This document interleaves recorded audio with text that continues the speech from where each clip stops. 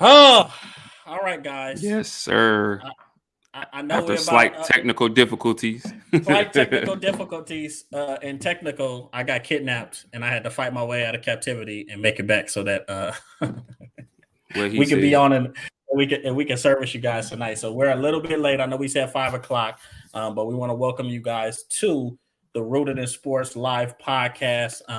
This is just the first of many. Well, the second of many because we had our Super Bowl pre-show, and Yes, we're actually sir. going to be And on shout out to every. Shout out I to was gonna who? say and shout out to everybody that did join in. Just shout out to the guests that we had, to everyone that Mhm, joined in and checked us out, man. Much love. Definitely appreciate you guys. And that was the first, and this was the second of many to come. And we'll be on every freaking Sunday all month, right? So it's gonna be exciting. So today, before we hop into our catchy little intro, right? We worked hard on it, so we got to show this shit to y'all. Um, Indeed. indeed, we did, Indeed. right? So today we'll be talking about the Lakers. Obviously they had that big win, so everybody's going LeBron crazy. We'll be talking about the NBA under 25 list, and then later on, anybody that knows me, we got to talk some football. That's my wheelhouse. And we'll definitely talk about the spoiled kid from Arizona named Kyler Murray and talk about if he deserved this damn Uh, contract. All right. word. Definitely excited about this episode, man. And hey, All right. without further ado, let's get into it. Let's get into it.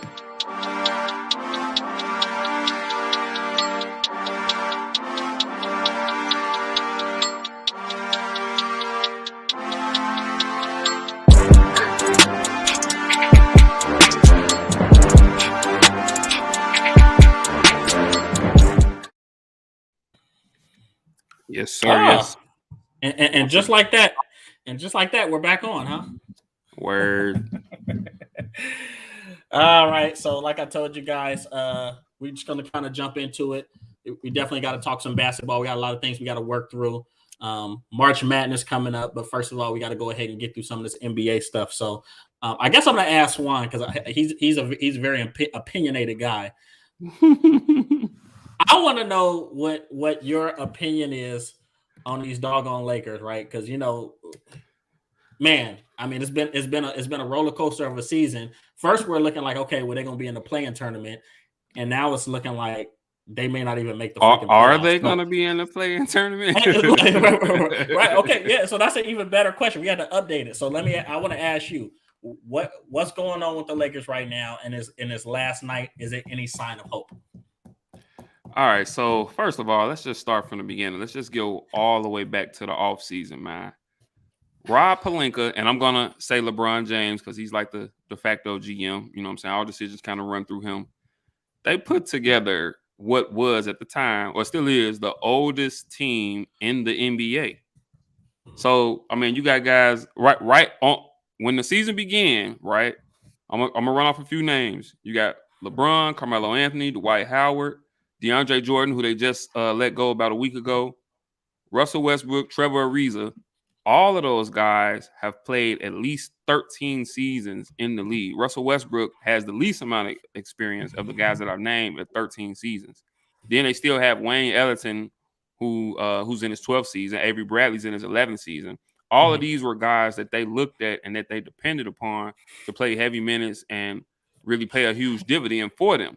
So Mhm. they really don't have any other than maybe Austin Reeves, they don't have any real young influx of talent, any young athletes, you know what I'm saying? Which leads to one of the other issues that they can't defend anyone because I mean, They're so old. I mean, exactly, man. None of these It- guys are really trying to slap their feet like that. You got Dwight Howard and DeAndre Jordan. You can only really spot them minutes because the league is playing small ball now. So when they're on the floor, these guards are just getting them into pick and roll situations and abusing them out on the wing. So you can only play guys like that in spurts. You know what I'm saying? So Frank Vogel needs to make some decisions defensively as well. You know what I'm saying? Lately, and I know the AD injury has really hurt them, but lately they've been playing Stanley Johnson at the 5. You know what I'm mhm. saying? And he's paying no real dividends for him. You know what I'm saying? Because once again, they need some sort of young influx of talent, some young athleticism that can kind of move their feet, that can kind of play the pick and rolls or whatnot. LeBron's in year 19. He's not gonna be sitting in his chair like that all the time. Yeah, he can only do too much. He can only do so much.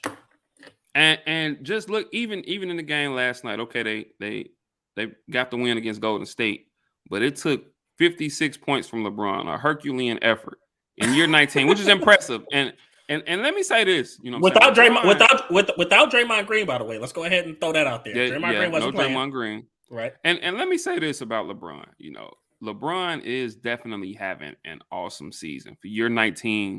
Mm-hmm. He's having a phenomenal season statistically, but LeBron is no longer the guy that can just take a team full of scrubs and get them to the finals. He's not that guy anymore. And if you look, and even if you watch the Lakers, you know, minus last night, if you're watching their games, he's going out there. He's averaging, I think he's getting about 27, almost 28 a game. You know what I'm saying? So he's still putting up great statistics, but in the grand scheme of things, he doesn't affect the game the way he once did. You know, So does it? So if I could just ask you this question, does it kind of feel like he's playing a more one-on-one ball and it's more like him dominating as opposed to him impacting everybody else and making everybody else better? Exactly. And I think part of that also has to do with my third issue and the enigma, which is Russell Westbrook. You know, now we, and you and I have discussed this before. Many a time. The Lakers had a deal in place for Buddy Hield. They didn't want that. DeMar DeRozan openly and publicly wanted to come to he would have loved to come to play LA. for the Lakers. Yeah, he did. It's home. LeBron didn't want that. He seen an opportunity. There was an opportunity there to get Russell Westbrook, and that's what he wanted. So, I mean, he made this bid. Now he has to lay in it. Russell Westbrook is statistically, he's having the worst season of his career since his second season. He's getting about 18, 7, and 7. He's only shooting 43% from the field. He's shooting 28% from three. He's leading the league in turnovers. And if he ends this season leading the league in turnovers, this would be the third time in 4 years that he's led the league in turnovers. Just watching him, just off the eye test alone, if you look at him, I mean, I don't know, maybe it's me. You know, he's real brash, you know what I'm saying? He wears his heart on his sleeve. He's real bold, you know what I'm saying? He has a bold attitude. But if you really, really watch them, he doesn't look confident to me. No, he doesn't. He mentioned the other day. He lost some confidence. It does. He mentioned the other day that he kind of alluded to the fact that he don't necessarily know his role changes game to game. And you can tell, you know what I'm saying? He's lost confidence. He's not shooting well. He needs to abandon his bank shot. Well, this was always my biggest question when they first signed him. Our first made the deal to trade it and bring him to LA. How was he going to coexist on the court with LeBron James at the same time as a ball dominant player? Right? It's not like he's that efficient of a shooter. And hell, if we want to be real, it's not like he's Patrick Beverley and he's strapping people up. He's one of the best on ball defenders. I think he can play defense if he wants to. So I couldn't figure out where they saw the fit. Maybe they saw the name and the scoring potential, but I never saw it working. I thought they would have needed somebody with a little bit more efficient of a shooter and a little less aggressive. And plus, at this point, Russell Westbrook is what? He's in his 30s. He's 32, 33. Yeah, this is year 13 for him. You know he's not going to change. This is who he is. Yeah. And this is who he's been for a while now. And then you bring a guy like that on who has to have the ball in his hands, which inevitably is going to take the ball out of LeBron's hands. And you need the ball in LeBron's hands. Not only is he probably your best scorer on your team, but he's truly your best facilitator and your most efficient player on the team.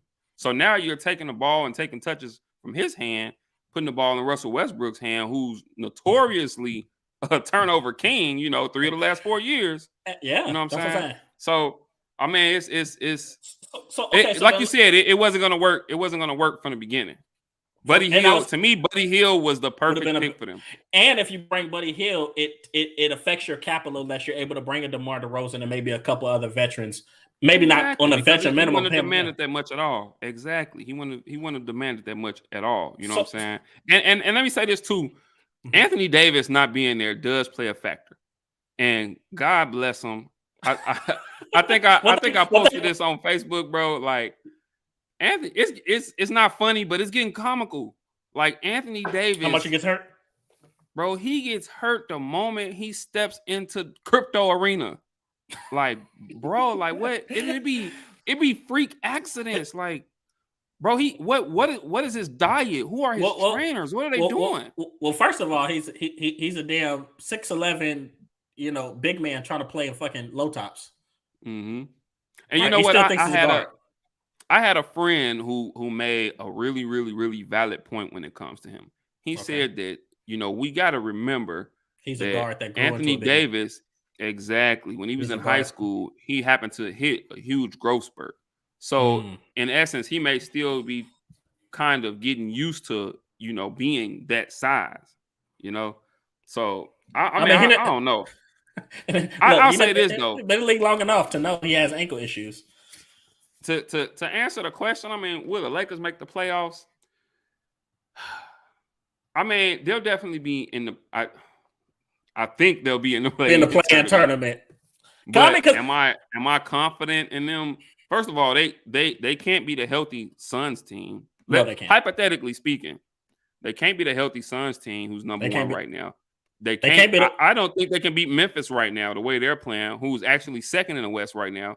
I don't think in a 7-game series they can beat Golden State fully healthy. I don't think they can beat the Warriors. Let's say Golden State has injuries. I don't think they can beat the Warriors with Draymond Green there. Four times in 7 games. Nothing that I've seen from this Lakers team can persuade me that they would. And then even looking at the play-in, bro. I thought you were gonna talk about the Clippers game the other day. Reggie Jackson. Reggie Jackson ain't no scrub. No, he's not. He's not scrub. He's not no 36-8-9 guy though. First of all, he was killing Russell Westbrook. Okay, and then letting them know that he was killing them. Okay, and then but see, that kind of goes back to Frank Vogel too. Like, I don't know it's a lack of effort sometimes. You know what I'm saying? If you look at these guys, their attitudes all bad. Look, if you look at LeBron just kind of like, I don't care. If you listen, it looks like he's just like lost care. You know what I'm saying? If you listen to him in the post game, he's always saying, they were the better team. Every time they get beat, they're a better team than us. He's tired. He's tired. You can tell he's tired. You can tell he's. And something else that rubbed me the wrong way. Russell Westbrook in that same game, post game press conference, he was kind of asked a question about the team not necessarily living up to his expectations, and in so many words, he just said, I didn't have any expectations coming into the season. So, bro, that's a loser's mindset. What did you come to LA for if not to win? Why are you out there? What is your aim? What is your purpose? And your place shows that you don't have it. Exactly. You should stay in Washington for that.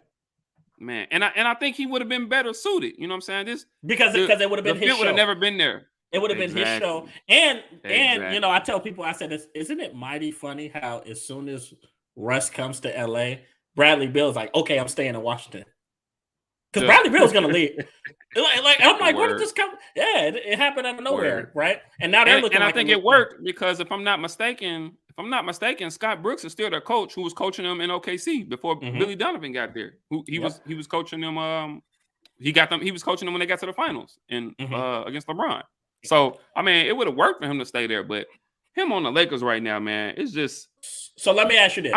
And then there's reports now that he's being difficult as far as Frank Vogel would like to bring him off the bench, but there's reports now that. But we always said that is the best. That's the only way this thing could work if you have him coming off the bench and him running with him leading the second unit, because that way he gets his own show and he's giving you. Let's be real. Even though he's struggling, he's still an elite scorer. He's still a really great scorer. So is he? I think when he's on his game, I think this is the most unconfident I've ever seen Russell Westbrook.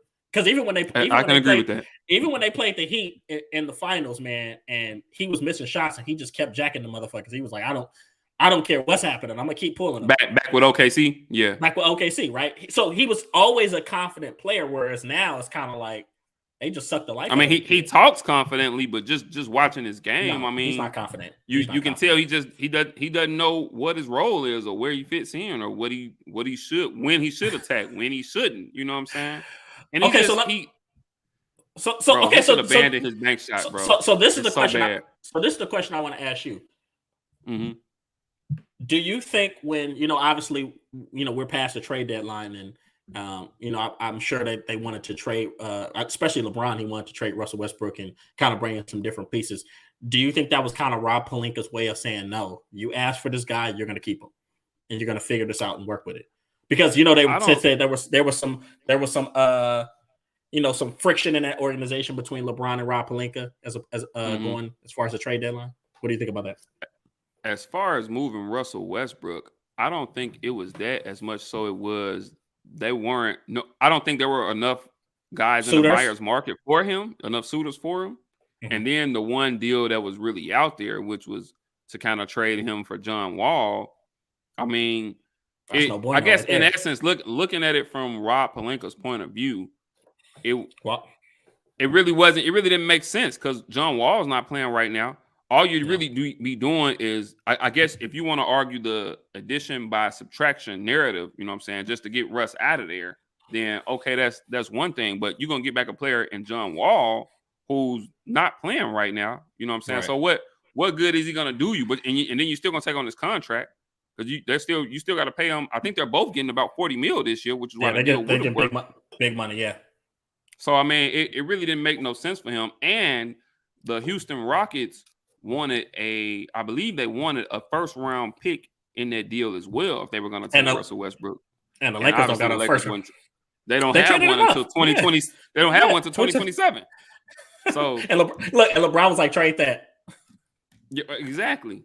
And then even looking at the teams that are in the play-in, you know what I'm saying? I'm not confident that they can beat Minnesota right now. I don't think they can. Minnesota's in 7. The Clippers are in 8. We just seen the Clippers dismantle them. Mm-hmm. And then I believe the Lakers in 9th, and I believe New Orleans is in 10th. And with New Orleans, about a week and a half ago, New Orleans went in there and smacked them. So I mean, there's nothing. Now, granted, Anthony Davis will be back. You know what I'm saying? And they will get back healthy. They're going to make the play-in tournament. But nothing that we've seen from them in their play thus far this season would make you believe that, hey, they could be dangerous once they get in the playoffs. Or hey, they can get out of the play-in tournament. Nothing about that makes me believe that. I had a guy tell me this. Yesterday, and he said, one thing I give LeBron fans, man, you guys are they loyal as fuck, man. Like, sheesh. Y'all, y'all like Dallas Cowboys fans through rain, sleet, or snow. So I respect it. He told me, he said, hey, if the Lakers get into the playoffs, everybody's record is 0-0. And you never know what can happen. All right. And he was confident. And they're going to mess around and be 0-2 real quick. Or 0-1 because, the way the play-in tournament is kind of tricky. So they're in the 9th seed right now. So the 7 plays the 8, the 9 plays the 10. So hypothetically, they're in the 9th seed right now. If they would play New Orleans right now if the playoffs started today. If they lose to New Orleans, they're out the playoffs. Right. Like that's just a one game. That is a 1-game winner move on. If they lose to New Orleans, they're out the playoffs. You're talking about 9 and 10. Isn't the lower? Is the lower seed gets an extra game, right? If the in the 7-8, so the 7-8 game, whoever loses that game plays the winner of the 9-10 game. So the loser of the 7-8 game still has a chance. The 9-10 game, who loses that game is just out. Mm-hmm. So they're in 9th. Hypothetically, they lose to New Orleans, they're done. And in a 1 game, anything can happen. Who knows? We just, like I said, about a week and a half ago, we seen New Orleans go into Staples Center, Crypto.com arena and beat them. People not gonna get over that one. I will not. It'll take about 4 or 5 years, and then people will be like, "Yeah, I'm going to Crypto.com." Seriously, it'll come. It'll always be the house that Kobe built. It'll always be Staples. It'll always be Staples, bro. Oh, but Lord. Yeah, man. But to Okay, answer so the how? question, I think they get into the play-in, but I Mhm. don't see them getting much further than that. All right, so what would you have done differently? Would it have been just take the Buddy Hield trade? How would you have constructed this team? And honestly, because I if we look at their roster, their entire team isn't bad. There's just no cohesion, and it's a few mismatches. So obviously, you get rid of a Russell Westbrook. I mean, I Mhm. guess we love Melo, but Melo is old. Outside of his shooting, he really doesn't offer He you is. really shit else. So I mean, He is. how would you have constructed this team and made them competitive? I definitely would have took the Buddy Hield trade just because I think he would have fit in seamlessly. Mhm. Vice, having Russell Westbrook who takes the ball out of LeBron's hands. And then that's another thing. Like I think they got Russell Westbrook for situations like this season where LeBron has missed a bunch of games early. Anthony Mhm. Davis has missed a bunch of games late. Russell Westbrook, I think he's only missed 1 or 2 games this entire season. So they got Russell Westbrook to be that third superstar. He was supposed to have been that guy where, hey, if those guys need to take a night off, he's still there to, carry the mantle. And they were supposed to have been able to win some games, but that hasn't happened. You know what I'm saying? He's had every opportunity to show the type of player that he is, and it hasn't happened. And I think this season is kind of indicative of some of what I've been saying about him his whole career, and God bless him, no shade, but His game. Russell Westbrook will never win a ring in this league unless he catches on to some team at the back end of his career and he accepts his role as a role player. And it's because his But style just Russell isn't Westbrook we see now, yeah, his style's not he's not a conducive. leader. Yeah. It's not. He's not a leader. You know what I'm saying? He doesn't make great decisions. The only reason and I don't want to take it away. You know what I'm saying? It's a lot of hard work to average a triple double. He did it 3 Right. out of 4 seasons. You know what I'm saying? It takes a lot of hustle to do that. But at the same token, in OKC, his usage rate was sky high. And then last year in Washington, his usage rate was sky high. He always had the ball in his hands. He was And up then for the you league in minutes, and he always had the ball in his hands. and then you always So have to look obviously, at and you had to you look got at free how he reign. turned. Yeah, go ahead. Yeah, but you got no I'm saying you got to look at how many times he's turning the ball over as well, right? You're getting a lot of points and you're getting triple doubles, but he's turning that bitch over, right? And nobody looks at that. Everybody, you look at him, you see, oh, he had 28, 12 boards, 16 assists, or whatever. You know what I'm saying? But they don't slide over and see, oh man, he had 8 turnovers. They don't keep scrolling up that stat sheet and see, oh man, he was guarding Reggie Jackson. Reggie Jackson went for 36. You know what I'm saying? So I mean, when you factor in Sheesh. his defensive effort, and then you factor in the turnovers, what he did in the stat line really comes out to an even or maybe even a loss. You know what I'm saying? Because the type of player he is. But he doesn't realize that. Well, I think I bet you he, down I bet you, as I bet you he knows Deontay Wilder now. say, he's gonna go down on his shield. Okay, he's gonna be that guy until his athleticism leaves him. Well, I bet you if he didn't know, I bet you he knows after this Lakers trip that I don't know. I kind of hurts to watch. I hope he can go somewhere where he can close his career. I'm not saying he'll ever win the championship, but just on a high note, just kind of being the lead guy. But it's painful to watch, right? I don't like seeing a good player lose confidence. But And we'll see all what right, happens with them. And we'll see what happens with them because they got some pretty easy games coming up. You know what I'm saying? I think they play San Antonio tomorrow. I think they they got do. Orlando this week. They got They play the Houston. Wizards. So They play the Wizards on they play the Friday. Wizards. So I'll they be at got that game, by the way, guys. winner. Oh, okay. So Yeah, they got crypto. Yeah. some winnable games ahead. So I mean, maybe they can take this effort from LeBron next week. Feed Build off off of it. feed off some easy opponents, get a couple wins, get a little momentum going. AD comes back, and we'll see what happens. But what we're seeing right now, no sir, No bueno. no sir. All right. Well, obviously, like I said, that's the Lakers. They've been the talk, pretty much the talk of every major sports network for the whole season because we just knew, they signed all these big names. Everybody knew they was just going to charge their way to a championship, but obviously it doesn't Easily work that been way. the biggest disappointment thus far in this NBA season. Hey, look, and LeBron Easily. said, the Rams won a Super Bowl. LeBron said, "Hey, we should have a LA parade. Lakers, Dodgers, Rams." We like, dude, you want it was like 2 Bro, years ago. it really makes you think. Just consider this, right? Consider this. LeBron has been in LA for 4 years, right? This is his fourth year in LA. He's missed the playoffs once. Missed the playoffs. He got the championship in the bubble, which he was able to. Let's be real. He was able to take advantage of a vacation mid-season. The Mickey Mouse bubble gum.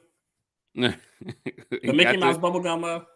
But a ring's a ring. He got it. Okay. Right. Last year they lost in the first round. Play in tournament, and then lost in the first round. And now this year, another play-in tournament, possibly another first-round exit. So, watch this. And people have the audacity to call him one of the best Lakers ever. I'm like, Lord help me. It's too early, insult, man. What is he? As far as a player, I mean, obviously he's one of the greatest players. He's a phenomenal ever. player. To say he's one of the best Lakers ever with all the players that have in their history, the Kareems, the Shaqs, the Kobe, James Worthy, I don't put him Magic over Johnson. Come on, man. I don't put him over Elgin Baylor, and Elgin Baylor didn't win a championship in LA. Bro, these are guys that have spent the majority of their careers with the Lakers. You know what I'm saying? And won rings. And come on, man. Like to already have him as one of the greatest Lakers ever, it's a bit of a stretch. You know what I'm saying? But hey, LeBron fans are LeBron fans. We still love you guys, right? So we just had to talk a little trash and poke some fun. God bless them. But obviously, this is an exciting year because obviously we're seeing Ja Morant. He's going brazy, man. He's looking like he's going to be the MVP, and you're having all these young guys stepping up. NBA under 25 list. All right, if you were to name one player. One or two players, right? However many you want to throw out. Who would you say is who are the best players under 25 right now? Oh man, bro, I went back and forth on this one for real. There's a ton of guys. First of all, the league is in great hands. You know what I'm saying? Mm-hmm. When LeBron decides to hang it up, LeBron, Steph, Durant, when those guys finally get to the point, and we love watching them. But when those guys finally get to the point where it's time for them to hang it up, man, the league is in good hands. So if you'd have asked me this question maybe a month ago, I would have said Luka Doncic without even a hesitation.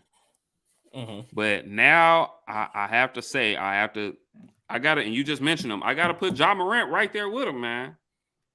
And here so Ja Morant, this is his third year in the league. This is his third year in the league, right? He's tied for sixth in scoring with Luka Doncic. Ironically, they're both averaging about 27.8 a game, both of them. Okay. Ja Morant's getting 28 points, 6 rebounds, 6 assists. Like I said, he's tied for sixth in scoring. This is his third year in the league. The Memphis Grizzlies are 43-31 on the season. I'm sorry, 43-21 on the season. And they just moved into second place with Golden State's loss last night. Who you could have asked 100 guys, and all 100 would have never guessed that they'd be in second place, and we're about 3/4 of the way through the season. I thought that was going to be a 5 or 6 seed at best. Yeah, exactly. At best, exactly. I had them as a playoff team, but maybe a 5 or 6 seed. I believe last year did they make them? I believe they were a play-in team last year. They were in the play. Yeah, they were in the play-in tournament. So I mean, I would have had, like you said, at best 5 or 6 seed, but here they are sitting second in the Western Conference, and you got to equate that to the improvement of Ja Morant. You know what I'm saying? Ja Morant, and I've mentioned this to you before. Ja Morant is everything Russell Westbrook never was. He's just seriously. He's just as athletic. You know what I'm saying? He, to me right now, and neither one of them are great shooters. No. But Ja is only in year 3. And for me right now, I'm willing to venture out there and say that he's Ja is a better shooter than Russell Westbrook. Whew.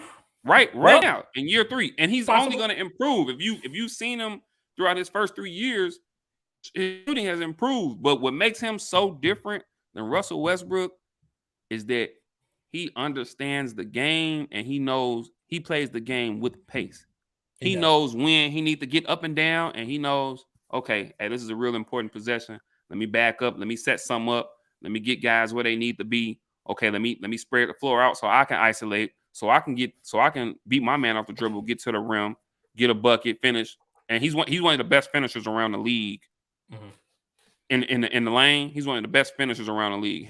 He's right up there with Kyrie to me as far as being able to get to the lane and finish around the bucket. But they do it in different ways. Obviously, Jock can jump over you. Hey, he You know what doesn't I'm saying? care. He don't care who is in front of him. He's throwing that bitch. Oh, he's down. gonna try you. He don't care. He gonna try you. He don't care who you are. You could be 7'2", 7'3".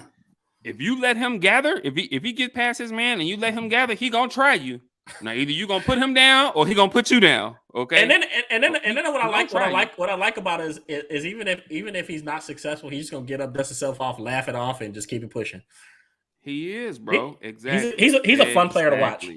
And I'll say this. I just got to do this quick segue, right? Mm-hmm. We're seeing how fast Ja Morant has progressed in the NBA. And one thing I always try to drive home is the reason why he's progressed so fast is because he really took the time to work on his game. Ja Morant played 3 years in college. He did. Right. So he wasn't a one and done guy, man. So, I know you got a lot of basketball fans and stuff on the chat, but you guys, we get excited about these players that a year ago were in high school, and you think they're going to come into the NBA and they're just going to be stars, and it just doesn't fucking work like that. So Ja Morant really worked on his game. The truth is, he really looked like a 2 or 3 year player his first year in the NBA, and now he's just grown leaps and bounds, and now he's an MVP candidate leading a franchise. He's literally a franchise player now. Absolutely.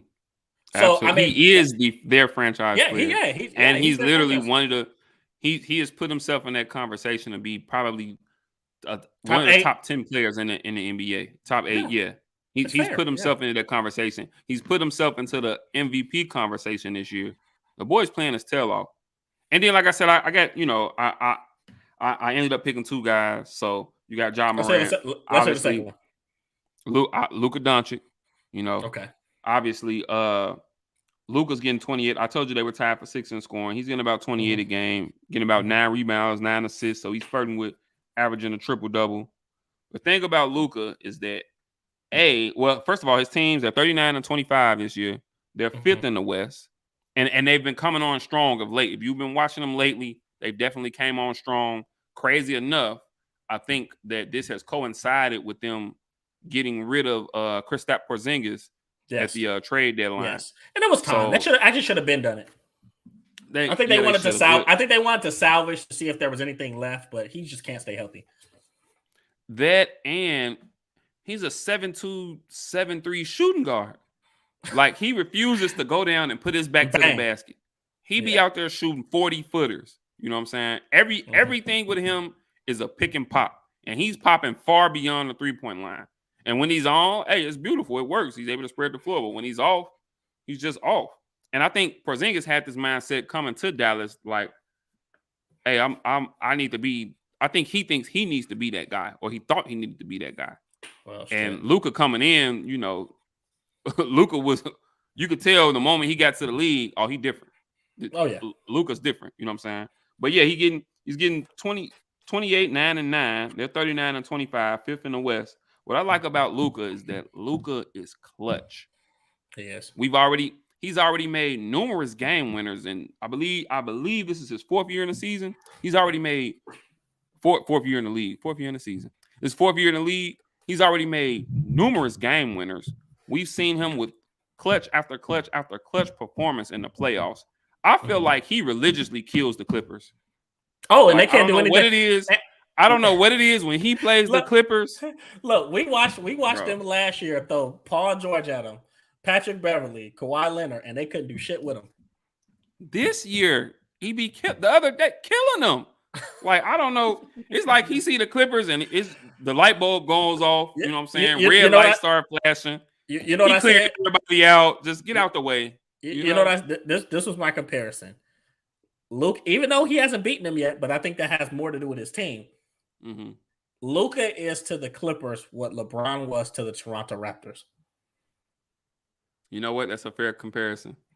That is a very fair comparison. Seriously.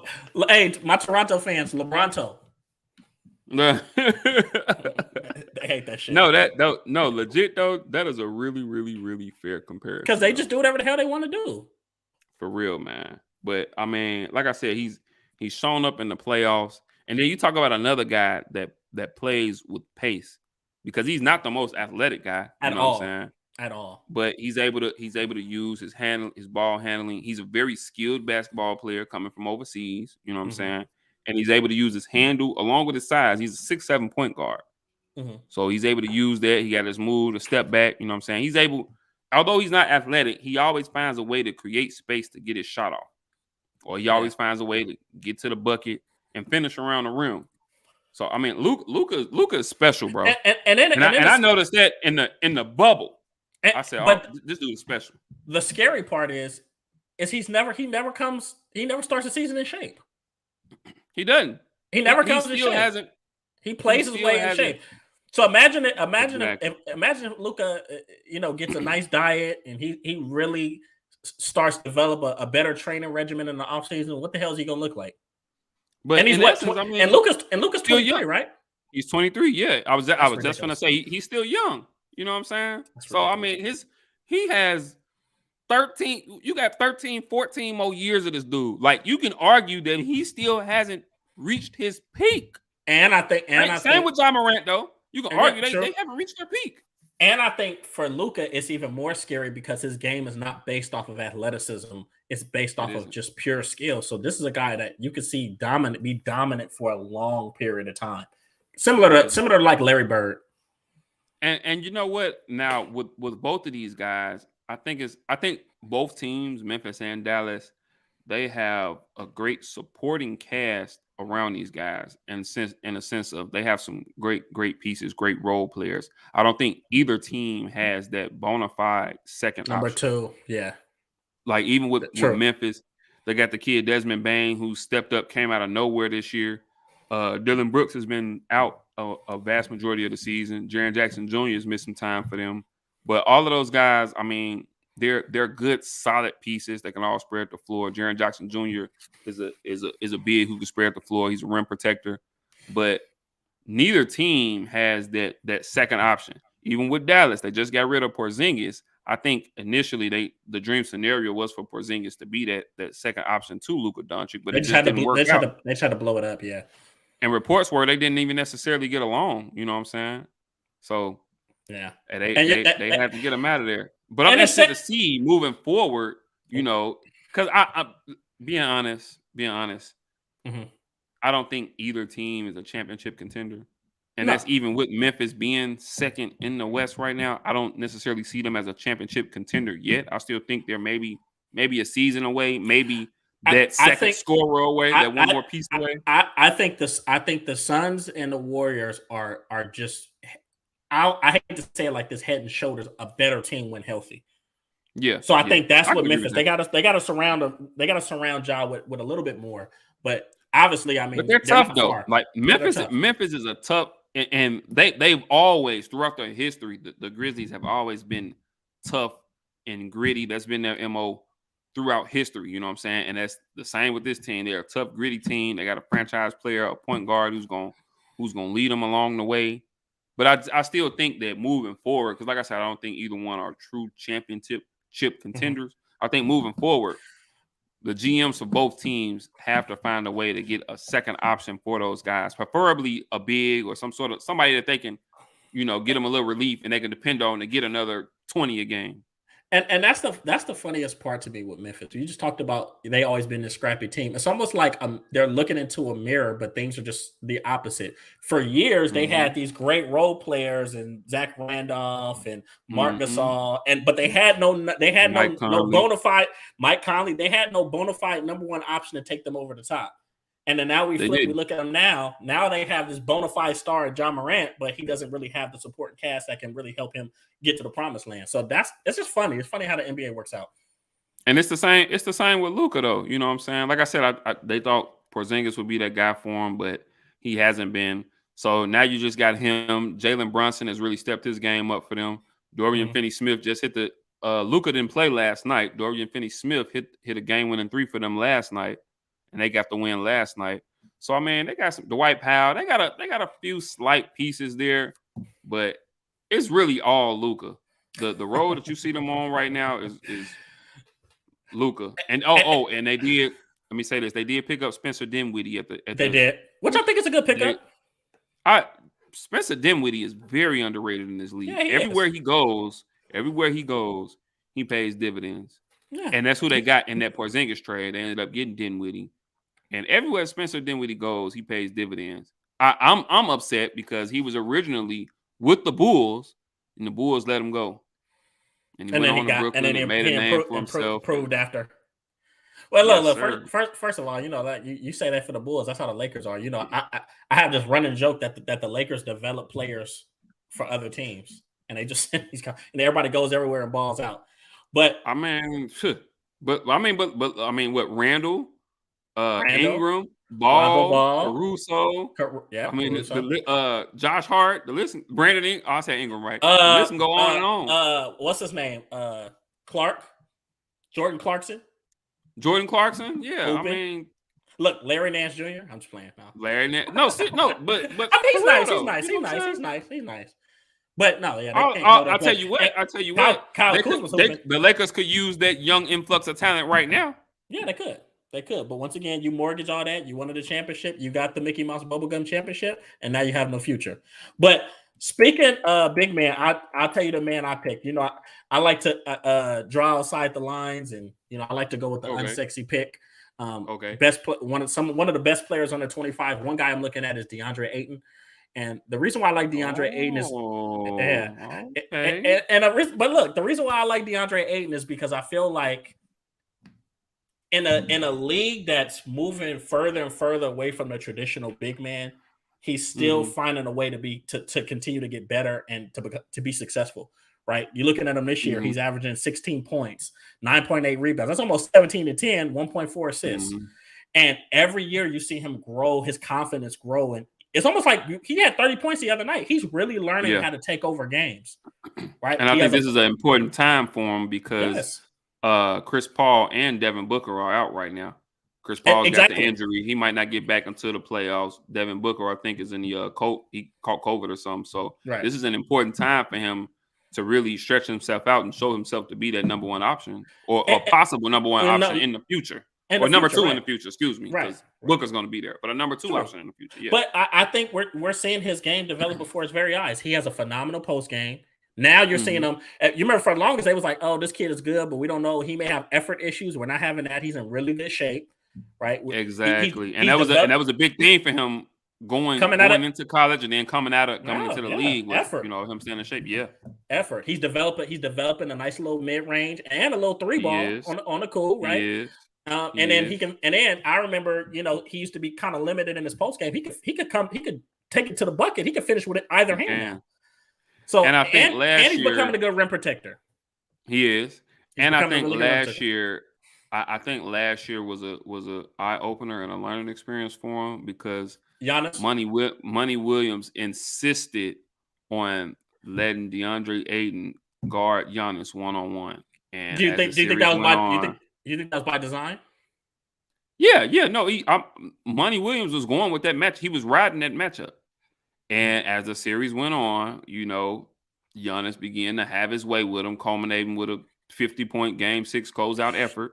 Yeah. You know, but I think that was a learning experience for him. I think because for him to be in the makes of kind of a prototypical big, he's not really flat-footed in the sense like if you see him, when you see him get caught in pick and rolls, like he'll get out there and he'll try to move his feet. You know what I'm saying? He'll try to stay in front of guys. You know what I'm saying? Yeah. He's not slow-footed. Yeah, he's not. You know what I'm saying? Yeah. So I mean, I think that was a really interesting pick, bro. And then check this out, right? And I'll just throw a few names out here, right? Mm-hmm. So we talking about some of the best players in the league under the age of 25. And like I said, I think the league is in great hands. Donovan Mitchell's 25, Jaylen Brown's 25, Jason Tatum, who just went for 54 today, is 23. Okay, he just gave the Nets 54 today. 23. Okay, in okay. Trae Young's 23, Brandon Ingram's 24. Devin Booker. I don't know if I mentioned Devin Booker. Isn't that crazy that Brandon Ingram is 24 freaking years old? He's been in the league for so long. Brandon Ingram is 24. I don't know if I mentioned Devin Booker. Devin Booker's 25. LaMelo Ball is only 20. Anthony Edwards is only 20. And they said he's supposed to get back with the team this week. We've seen him when he was healthy and what he can do. Zion's only 21. Zion Williams is only 21. And we seen what he can do when he we was can healthy. when he's healthy. Yeah, but the jury's still out on him. And they say he's supposed to get back with the team this week. I don't know how that equates or what's the timeline as far as him actually playing games and actually playing in a game with the team, but he's supposed to rejoin the team this week. He's been in Portland rehabbing or whatever for the past 2 months or so, but I guess that's a good sign. I mean, I think you asked me. I think you trade Zion. Honestly, I hope the Lakers. I think the Lakers, their only hope. They need to blow everything up, trade for Zion, and build around him. That might be some of your only hope. I don't know, but I still think he can be a good player. But I don't know if that's going to be in New Orleans with Boudin and Shrimp Etouffee and glory to God. Po' boys. I don't know if that's going to work. And they've said that from the moment he was drafted there, he didn't necessarily want to be there. Yeah, he wanted to go to New York, right? Yeah, I was going to say, rumor was that he wanted to go to New York. And I mean, I don't know why. I don't know what's wrong with New Orleans. You know what I'm saying? And then they moved guys out the way so that can be his team. They got rid of Anthony Davis. They moved guys out the way so they can, him and Brandon Ingram were supposed to be that 1-2 punch. So I don't understand what's going on. But even beyond that, before he can even think about that, he has to mature himself. He does. He has to find him some sort of trainer, some sort of chef, or nutritionist. Get his weight together, a nutritionist, get his weight together so that he can stay on the court because he's a big dude. He's already carrying his playing weight already. He's already carrying around a lot of weight. It's a lot of weight going up and coming down on those knees and on those feet, which you just had surgery on. And then that's dangerous because you got to think about this. The older you get, in any walk of life, the older you get, the harder it is to lose weight. Let's just keep it 100, right? When I was 21, it was nothing for me to get down to 190, 200 pounds, right? Now I'm knocking on 30 and it's just not so easy no more. So Zion. Can the church say amen? Okay, I'll be 35 this year. Okay. If this little COVID weight ain't left yet.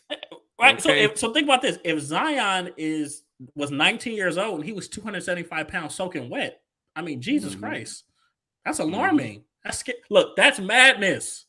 Kevin Samuels' voice. It's like that's madness, right?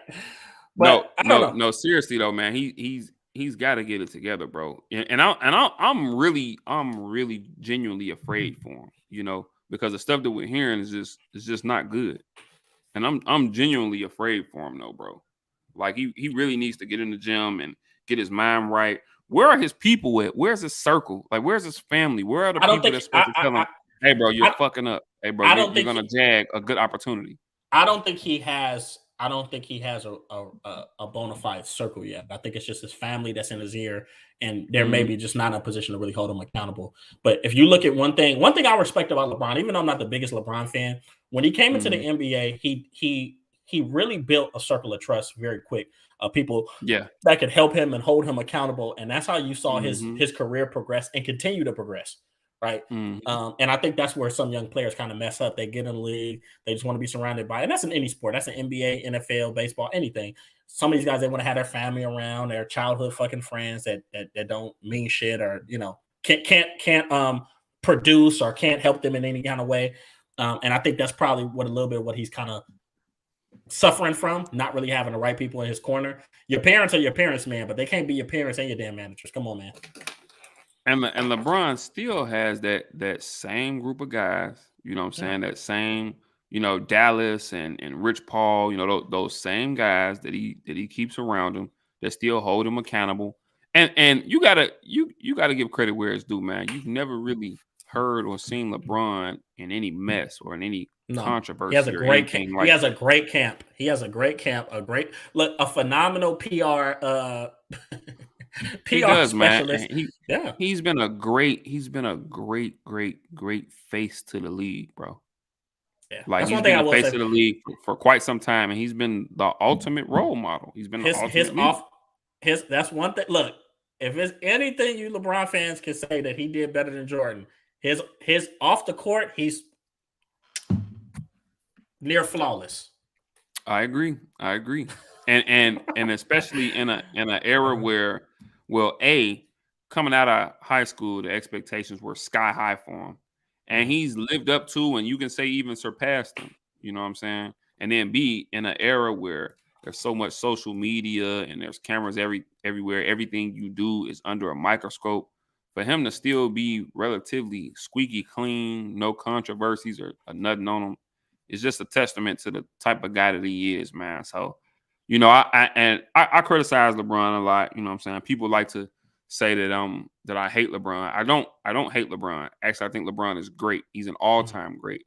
But it's his fans that are delusional.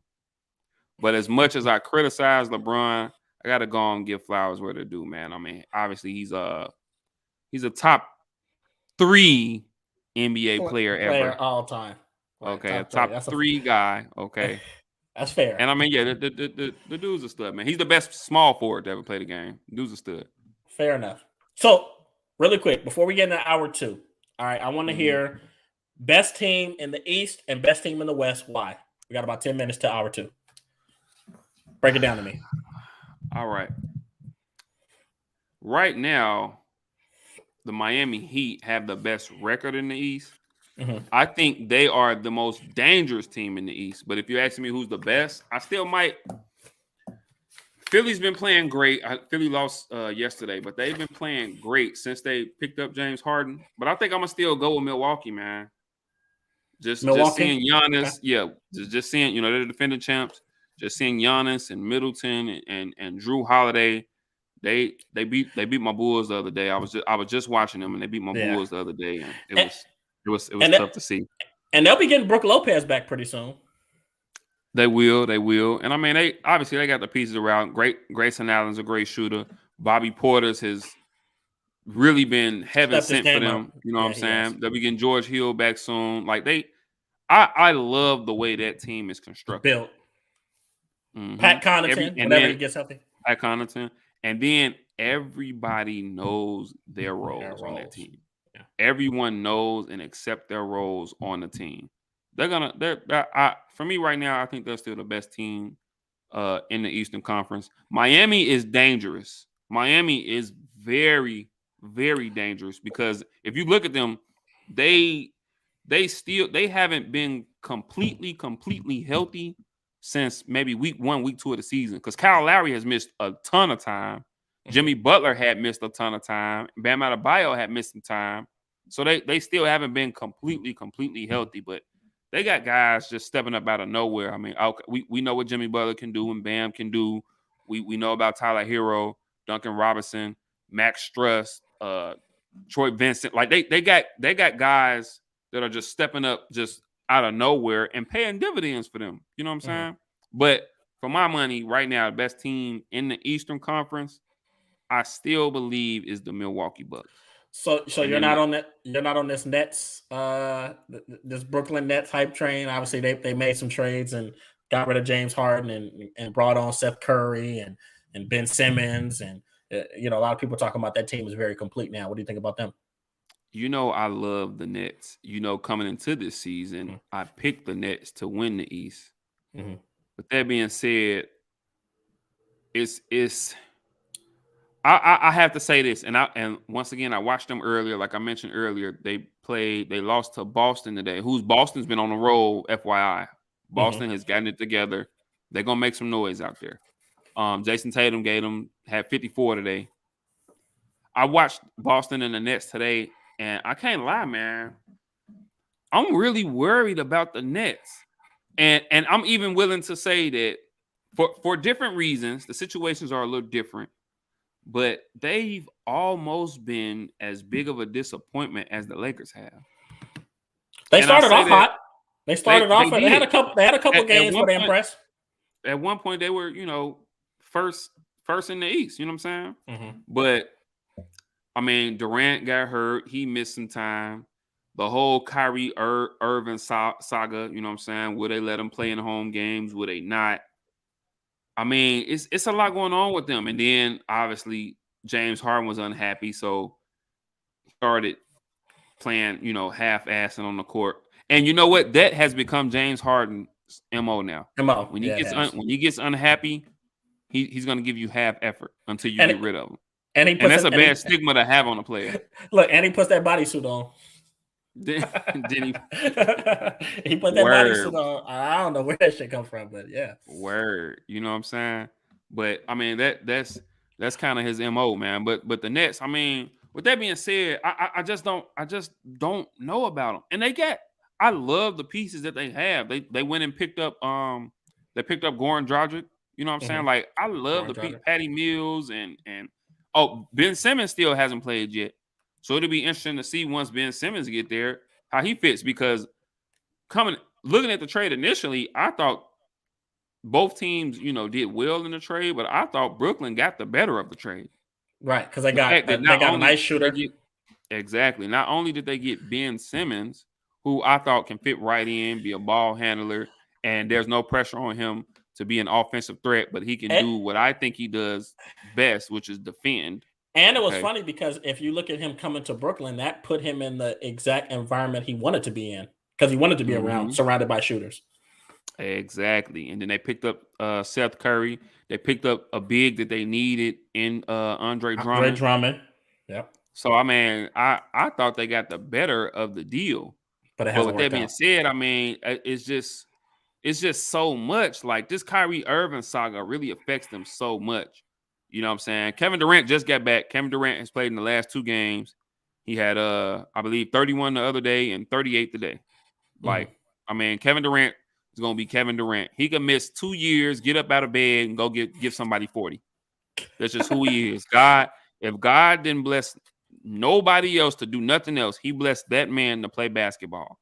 The man can score. He's a 3-level scorer. He's one of the best scorers we've ever seen in the history of life. Okay. He's a 7-foot freak. Okay. And we know what he's gonna do. You know what I'm saying? But do you liken this Nets team? I know it's obviously still a little too early to tell, but you remember just like 2 years ago, we were talking about this Clippers team that came together. We're like, oh my God, it's gonna be so impressive. It looked so good on paper, but they were missing something. You're like, man, they're gonna beat the Lakers. They're gonna beat the Lakers in the 7-game series. But I think the only difference is with that Clipper team, all their pieces were there. They just underperformed. I think with this Nets team, the reason why you don't hear people talk about them in the manner that they talk about the Lakers is because there's been so much in and out. Like I said, Kyrie wasn't playing early in the season. Then it was like, okay, he could just play the away games. You know what I'm saying? Kevin Durant done missed some time now. James Harden was kind of half-assing it. Now they got Ben Simmons. Ben Simmons still hasn't gotten on the floor yet. So do you realize this season we still haven't seen a complete Brooklyn Nets team. No, we haven't. We haven't. Everybody's been out the lineup, in and out the lineup. Exactly. We never seen a Nets big Harden, Kyrie, and Durant. I don't think, you might have to fact check me on this, but I don't think they've played a single game together all season, just the 3 of them. You might have to fact check me on that. Talking about James Harden, Kyrie Irving, and exactly. And now Vice, with Ben Simmons, we don't know when we'll see the 3 of them together. And partly because Kyrie can only play the road games, and we don't know when or if they'll ever lift that mandate. And then they've been a bit of a disappointment, but I still think they'll get in the playoffs. They're still going to scare somebody. I'm going to hold off on my prediction on them until I see the bare end of the season, and I can see Ben Simmons getting the lineup and see how he plays with them. All right, so how about the West? Real quick in the West, Warriors Suns. Who? I feel like it's so tough. I truly believe when they're healthy. I truly believe when both teams are healthy. I truly believe they're neck and neck. When both teams are completely healthy, I truly believe they're neck and neck. If you put a gun to my head, ask me who would win a 7-game. I think the Suns are a little better defensively, though, as a whole. I mean, you got to consider this, though. You know what I'm saying? Not only has Draymond Green been out, but Andre Iguodala has been out. And both of those guys are 2 defensive backbones for the Golden State Warriors. You know what I'm saying? Klay Thompson, who's also a solid defender. You know what I'm saying? Just kind of still getting into his groove. And the shots there. You know what I'm saying? Yeah. Like if you're watching him, you know what I'm saying, shoot, he's still shooting. But I mean, he missed over 2 years. You know what I'm saying? So he's still kind of acclimating himself. You know what I'm saying? But when both teams are healthy, I mean, I think they're pretty comparable defensively. If you put a gun to my head right now, both teams healthy, 7-game series, I would probably pick Golden State. Just because they have, is it, are we going off of experience? I think because of the experience, and I just think they're Steph. a better team. You know what I'm saying? When they're healthy, they're so complete now because okay, you got the three that you know. You got Steph, you got Clay, you got Hey, Draymond Green, this but now young you kid, got Andrew Wiggins had made the All-Star game this hey, year. He stepped his game up. this young Jordan kid, Poole, Kaminga, this young kid, Kuminga, Kaminga is nice. Yes. and Steve Kerr mentioned this the other day. He said that when we get healthy, it's going to be unbelievable the type of versatility that we'll have defensively. And he's right. Between Draymond Green and Andre Iguodala, this kid Kuminga, like they're going to have some guy Wiggins. They're going to have all of these guys that are so interchangeable. They'll be able to just switch everything. They're going to be able to hide Steph Curry. Obviously, we know Klay Thompson isn't a slouch on defense. No, like they're going to be able to switch everything. They're going to be able to hide Steph Curry. And then Kayvon Looney, if they're playing a big, Kayvon Looney can come in and slide it at the 5 when they play small ball. Yep. James Wiseman not even back yet. So when they get healthy, what's going on with that? I don't know, man. Look, he's my pet cat, man. I've been wanting to see James Wiseman kind of get some minutes for a while. It's kind of similar to Zion's situation, man. You just don't know, bro. You know, every week or so they'll be like, yeah, he's getting close, but and some setback or something, yeah. Okay, yeah, man. It's gonna be interesting, man, for real. But with that being said, here we are getting in the hour two. Getting in the hour 2, you know what I'm saying? And we're gonna go ahead and so for everybody that's watching, we're gonna kind of start this little segment in the podcast here, and we're gonna call it our Rooted in Football segment. You know what I'm saying? So here we are, off season. Obviously the LA Rams won the Super Bowl, so now it's time to get into the off season. We got the draft combine that was just going on this week. Draft is next month. I think it was April 28th. Yep, draft coming up April 28th. And so we decided that we would go and kind of pick apart each division in the NFL. So today we're going to start with the AFC West. All right. In which we got Kansas City, we got the Las Vegas Raiders, we got the LA Chargers, and who am I missing? Chargers, Raiders. Oh, and the Denver Broncos. And the Denver Broncos. So we're going to go ahead and get into that. And I guess we're just going to kind of go down the list here. Kansas City won a division this past season for the 6th year in a row, might I add, at 12-5. And then we had another playoff team in the division with Oakland going 10-7. I think we both can agree that the AFC West is probably the toughest division in football, right? You can agree on that, right? Aside from probably the NFC West, yeah. Okay, yeah. Aside from the NFC West, aside from the NFC West, yeah. But I would say that the AFC West is much more complete because even Denver, in my opinion, all four teams are right there at the end for a playoff spot. But we'll go ahead and just kick it off with the Kansas City Chiefs, who, like I said, 12-5, won the division for the sixth year in a row. What do you think went right for them? What went wrong for them? And what do you think they'll be looking for in the draft and in free agency? Okay. So I said this on my other podcast, the Break Room Breakdown. I said that Kansas City, we start to see them struggle early last season. Teams start showing Patrick Mahomes a little different. They start playing 2 high safeties against them. Obviously, we never know. Kansas City can't really run the ball very well. And they had that new offensive line that was still gelling. So, he didn't have much time to throw the football towards the beginning of the season. But I said that they were a very flawed championship contender. And I stand on that. I think that they've made some improvements, but what we saw them develop in a way that we would have never expected. They became a defensive team the second half of the season. They really did. They did. You saw them step up. Chris Jones won games defensively. They did. They won games defensively. I mean, hell, we watched the game. People forget the game they played against my Cowboys, Dallas. Patrick Mahomes actually, he didn't look much better than Dak Prescott. And mediocre at best. Yeah, he looked mediocre at best. But their defense stepped up and won them that game, if I'm not mistaken. They came out the 8th ranked defense down the stretch, by Pro Football Focus. So they made some improvements. Kansas City is Kansas City. They have all the necessary pieces in place. I think it's just a few things they got to add in. I think they need to add another X receiver. They need to add a receiver outside of Tyreek Hill and Travis Kelce, right? Defensively, we may see Tyrann Mathieu leave, right? He may be gone, so they may have to. And I hear they might let Frank Clark go. Oh, I think it's time too. I like Frank Clark, Michigan guy. He was in Seattle doing some good things, but he got overpaid, and he's just not. There's nothing Frank Clark does that, in my opinion, that overly impresses me. I think he needs to go somewhere and kind of reset things, because he is a good pass rusher, but he just kind of fell off track. I think he had under 5 sacks this year, right? And he played as a team. They only had 31 as a team.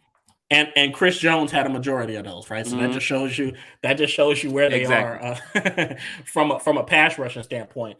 But outside of that, I would say the biggest position that they need to address on defense, and I think that this is absolutely fucking necessary, because they've got away with it long enough. They need to get them a damn corner. After they got rid of since they got rid of Marcus Peters, it's been I don't want to say a shit show, but it's been kind of ugly at corner.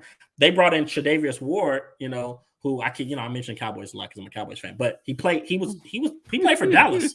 He played for Dallas. Yeah, he was on Dallas's practice squad, and they poached him, and he started for them as a rookie, as an undrafted rookie, and actually played a pivotal role in them winning a championship in 2019. So to me, when Tre'Davious Ward, obviously he's become a solid player, but when he's your number one corner, you got a problem. Right. And that division gets tougher and tougher and tougher. So I just think that they can't afford that. I went through in the archives. I think their number one position that they need to address is wide receiver, if that's the main focus. But I went wide receiver and corner. I went ahead. I served you guys up both.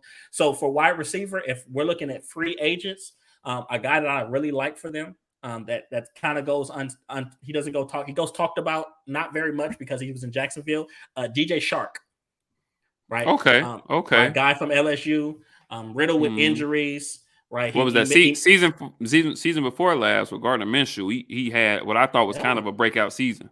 Yeah, he made a Pro Bowl. DJ Shark has made a Pro Bowl since he's been in the league. He's had a 1,000-yard season, but he's a guy that's tall, he's fast, he's a burner. That was the intrigue with him coming out of LSU, right? And so you pair him with Tyreek Hill and Travis Kelce, you put him as the X receiver man, and you kick Mecole Hardman in. To me, I love Mecole Hardman, but he's not going to be a guy that you leave on the outside. He's just going to dominate. To me, he's a little bit more of a gadget guy. You put him on jet sweeps, you put him in a slot, and you let him work.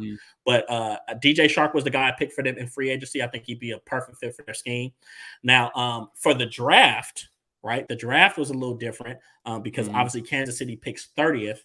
I picked a guy from Cincinnati. Cincinnati made some noise in the college football playoff. A guy named Alec Pierce, the wide receiver. Wide receiver, Alec Pierce, right? Now I just seen him at the combine yesterday. I think he ran sub 4.4. Sub 4.4. So I'm gonna give you a player comp for him. He plays exactly like Jordy Nelson. He's a Jordy Nelson clone, right? White receivers, a lot of them play like, Lord forgive me. Hey, that's crazy because I was thinking that he would compare him to Jordy Nelson, huh? But if you look at his the lab for that one, huh? If you look at his game, all right, he beats you on these deep to intermediate routes. He can high point the ball, jump up and catch. He's great in contested ball situations. He's not great after the catch, right? But you can move him all over your system. He can play in the slot as well, but you can put him outside and he can beat the press, and he can really do some big things. I think his best football is ahead of him. He only had 884 yards, 8 touchdowns. So this is a guy that's still kind of scratching the surface of the player that he can be. So imagine putting him in that system uncovered, with Tyreek Hill on the other side. We know how big of a threat he is, right? So you could, Tyreek Hill so big of a threat, you could put me on the other side. I'm gonna get some open looks. Okay. What you think? So I got a question. You see how you bypassed that? He said, I'm not even gonna entertain it. So I got a question. Okay. Because I feel like for me, we talked about Frank Clark possibly leaving. We talked about them not necessarily, they only had 31 sacks on the season, not necessarily being able to generate pressure on a quarterback. There's a few free agent, I guess, rushers, so to speak. You know what I'm saying? I know Jadeveon Clowney's a free agent. As far as that, could you see them addressing that in the draft or free agency? Finding them another edge guy, and you know what I'm saying, finding somebody that can maybe get pressure on the quarterback. Well, I think you can. I think you can see them, but it would depend on who falls to them. You're going to see some of the best pass rushers kind of get picked within the top 15, top 25. I think this is a good pass rusher draft. I just don't know how deep it is. So I noticed a few guys too. I noticed a few guys. Obviously, Hutchinson seems to be leader of the crew there from Michigan. You know what I'm saying? Right. And there's Thibodeau from Oregon. You got Johnson from FSU, who I think could possibly be in their range, but they might have to jump up to get him. So I think if Kansas City wants to go defensive end, you might see them have to trade up a few spots, which I don't think they want to. I don't even think they feel like they need to trade up a few spots to get a pass rusher. But now, if we're talking about free agency, a guy and that's very near and dear to my heart. I mean, this dude got drafted. I think I was laying in my Bears room watching the NFL draft, and this dude got drafted. Randy Gregory is becoming a free agent, and the truth is, I think it kind of falls on, is he going to give Dallas that hometown discount? And if he's not, and if he wants to go somewhere and play for a little bit more money and play for a contender, then Kansas City would be the perfect team that he can play for. And then, this is just another name to throw out there. Dante Fowler Jr. is out there. Larry Ogunjobi's out there. You know what I'm saying? There's a few guys that, there's a few guys that they can go after as far as on a free agent scene. But you see them. So in a draft, you see them. You see them more so addressing that pass rusher need via free agency vice the draft. Only. I mean, and once again, we still got a month. It depends on how it goes, who falls. Yeah.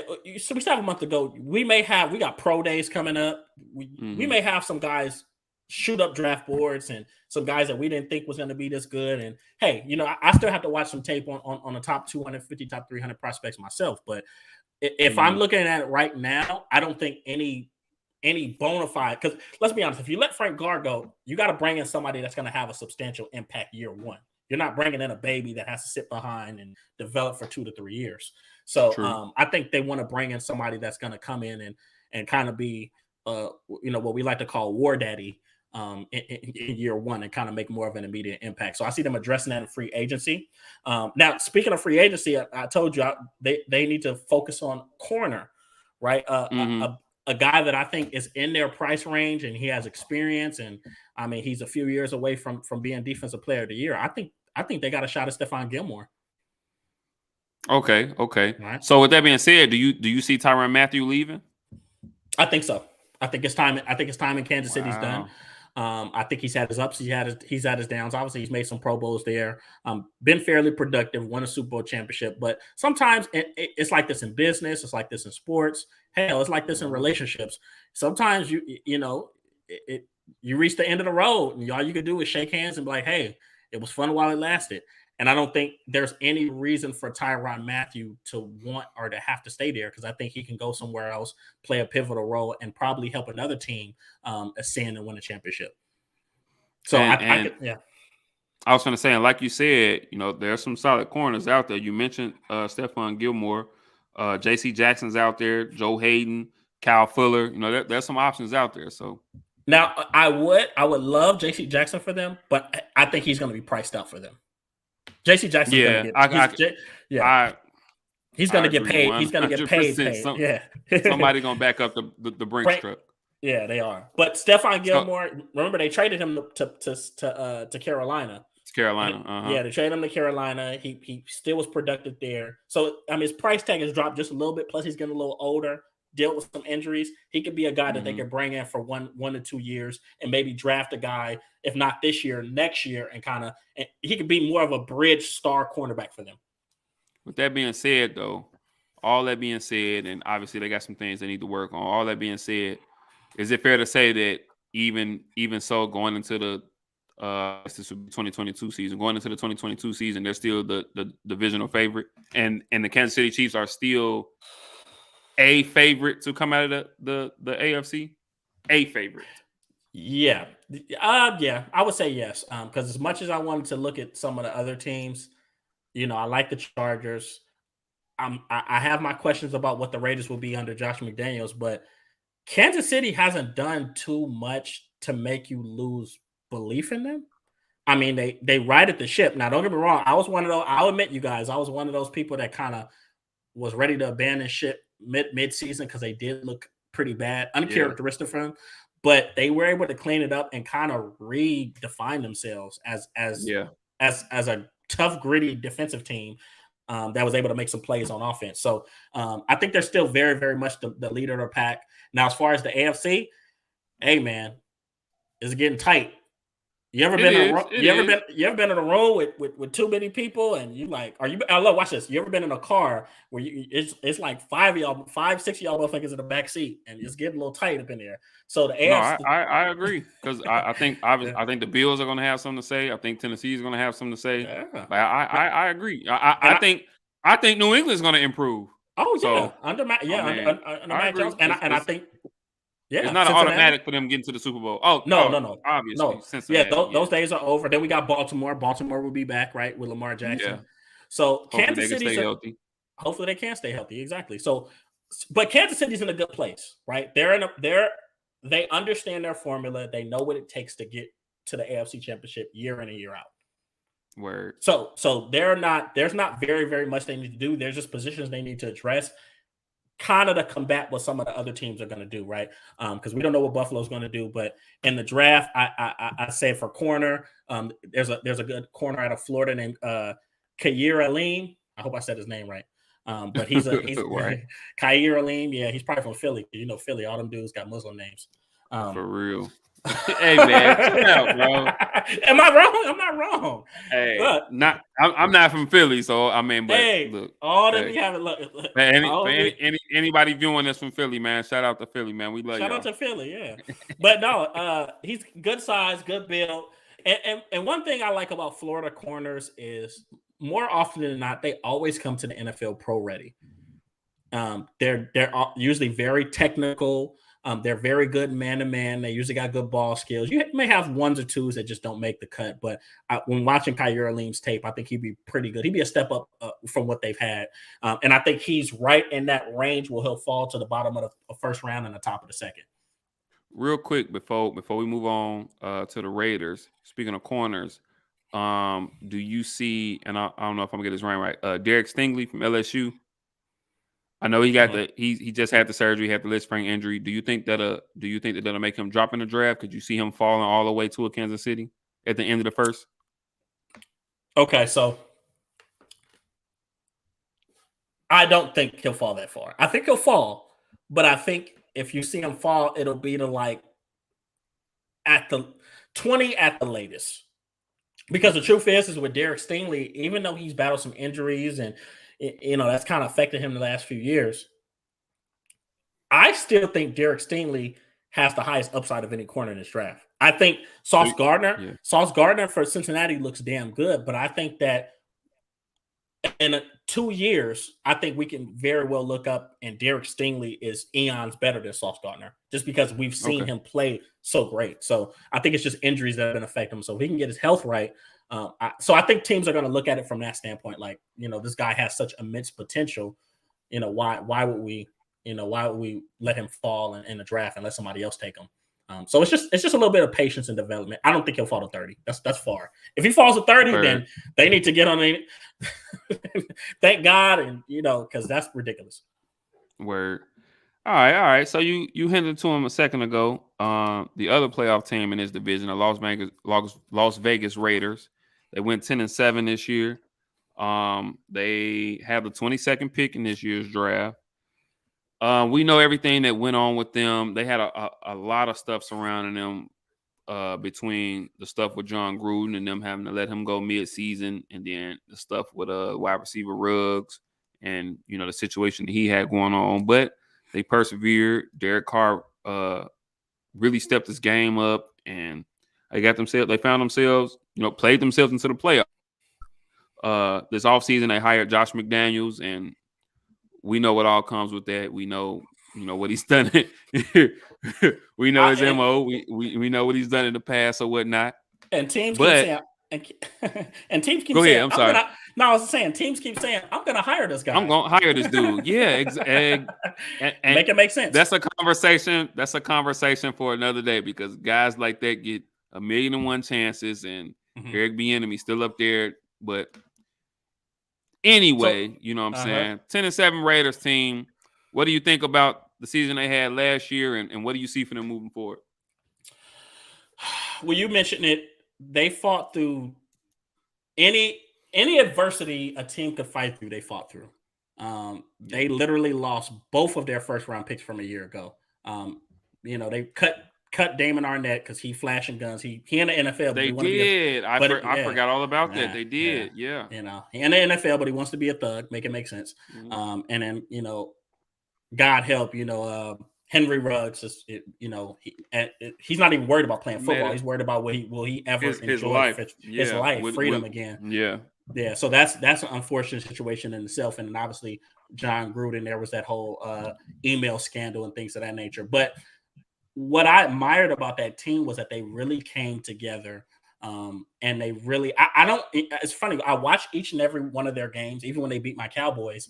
And it was never that they just dominated, but they just manufactured wins. They just put everything together. They had a lot of great team wins, man.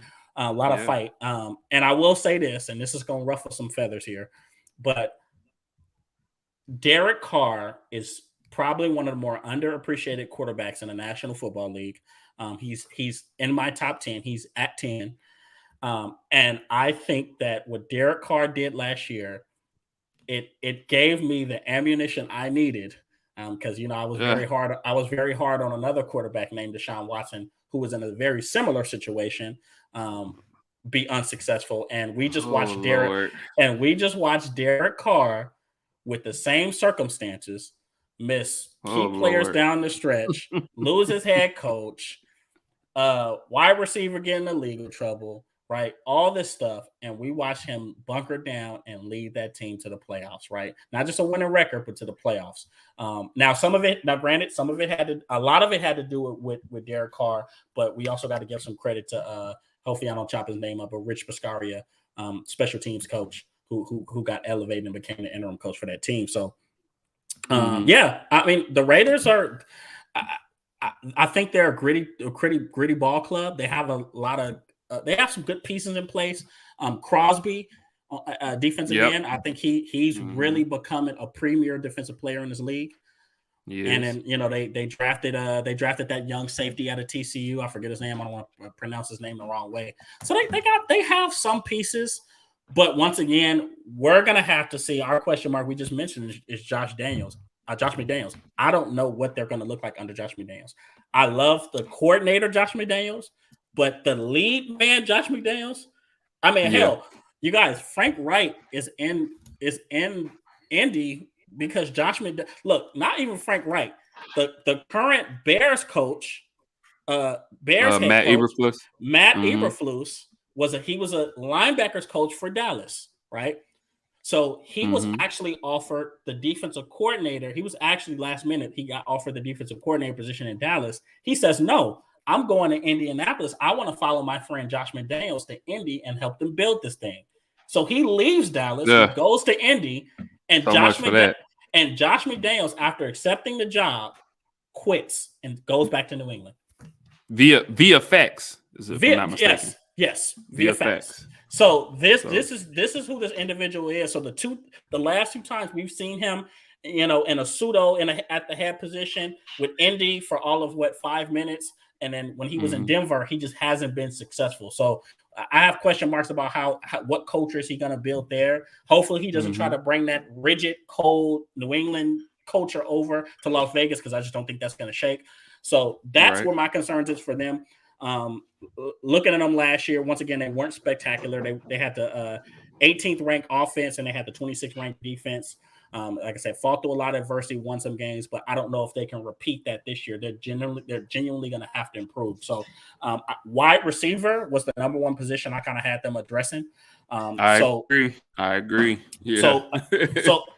So for free agent, now here's the thing: They still got Hunter. They got Hunter Renfrow, who's made a name for himself. I watched love Hunter I Renfrow. love Hunter Renfrow, bro. I love Hunter Renfrow, bro. Is it just me, or did you say I saw Hunter Renfrow put some guys on a mixtape? Come on, man. Route runner extraordinaire. Route runner extraordinaire. Footwork is phenomenal. Okay. Right. So did you see this for him coming out of Clemson?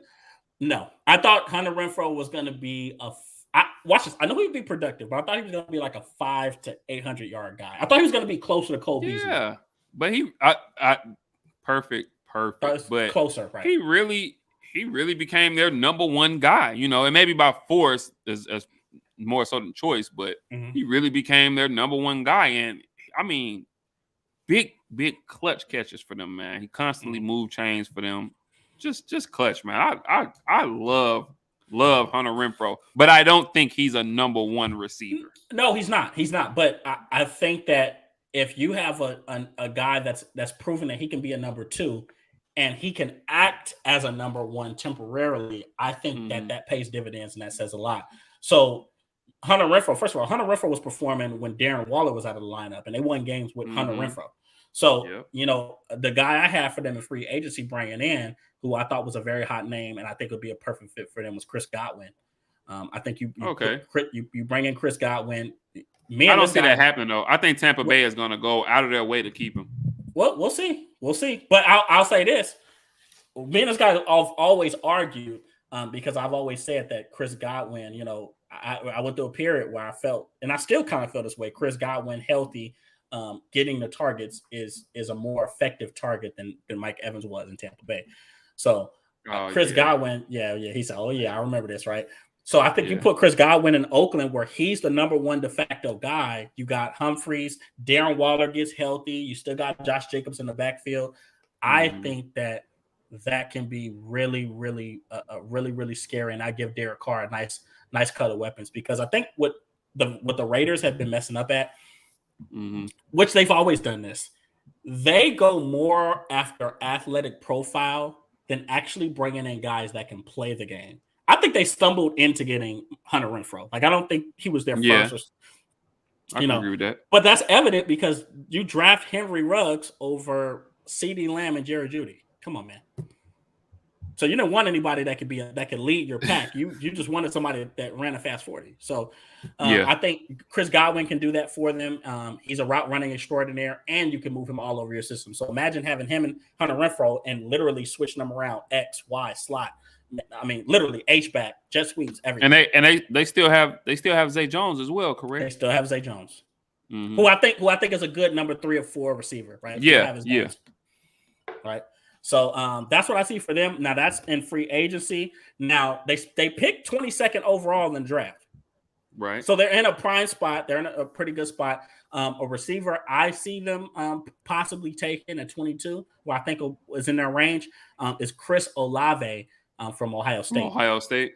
Okay. Yeah, Chris Olave. And what another guy ran a sub 4.40, sub 4.340, I think, about 4.3 something. Yeah. Well, it's 4.3, but his unofficial time was like a 4.26, something like that. It was fast. It was about 8 or 9 wide receivers that were like sub 4.4 or something, like 4.3 something. You know what I'm saying? One guy was unofficial at 4.21. I forgot, went to Baylor. I forgot his name, but he was like 4.21. So it's some speed this year. A corner. Was he a receiver or was he a corner for Baylor? So there's a receiver from Baylor that went 4.21, and then a corner just did it the other yesterday. A corner just did it yesterday. Yeah. So it's crazy though. So I'm gonna throw a name out there. You know what I'm saying? Looking at the Raiders, I had them wide receiver as well. I actually had Jameson Williams from Alabama. Yes, and that wouldn't be a bad pick, but once again, he's coming off an injury, so you got to prep for that. True. So I mean, but once again, it's not a bad pick. I think. Do they want a guy that's going to come in, immediately and make more of an impact? Only reason I like Chris Olave because he fits their want and need for speed. The Raiders love speed, but he's not just a speedy wide receiver. He's a technician. And he's very, I think what I like about his game is that he's unexciting.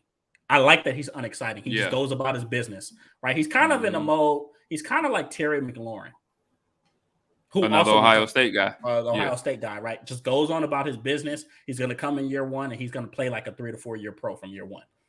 And he had some big games in college, man. He showed up in big games for them in college, man. So yeah, he did. Yeah, all right. So Christopher Olave. But yeah, we'll see what the Raiders do. Oh, I wouldn't be surprised if they made the playoffs again this season. Now, first, and this is something for people to look out for, they got to re-sign Derek Carr. That's the first on the list. So there's contract talks going on.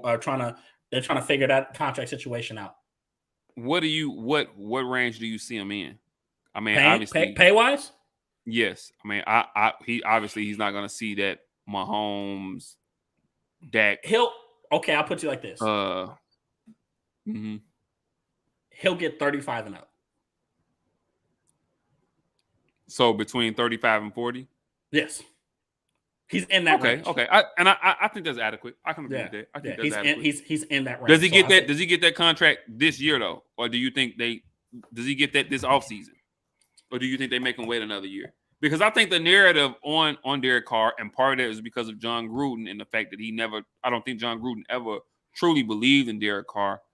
I think that part of the narrative on Derek Carr is that, you know what I'm saying, he's mediocre. I think a lot of people don't see him as solid of a quarterback as you and I do. Yeah.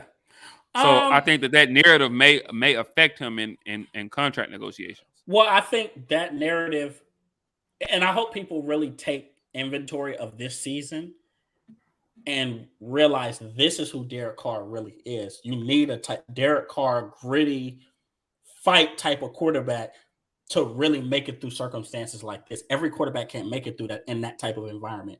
So I think the narrative is kind of baseless. It's kind of unfounded. I think Derek Carr is one of the best quarterbacks, and I think he has an argument to say he's probably the best quarterback to ever play for the Raiders, right? Better than Rich Gannon.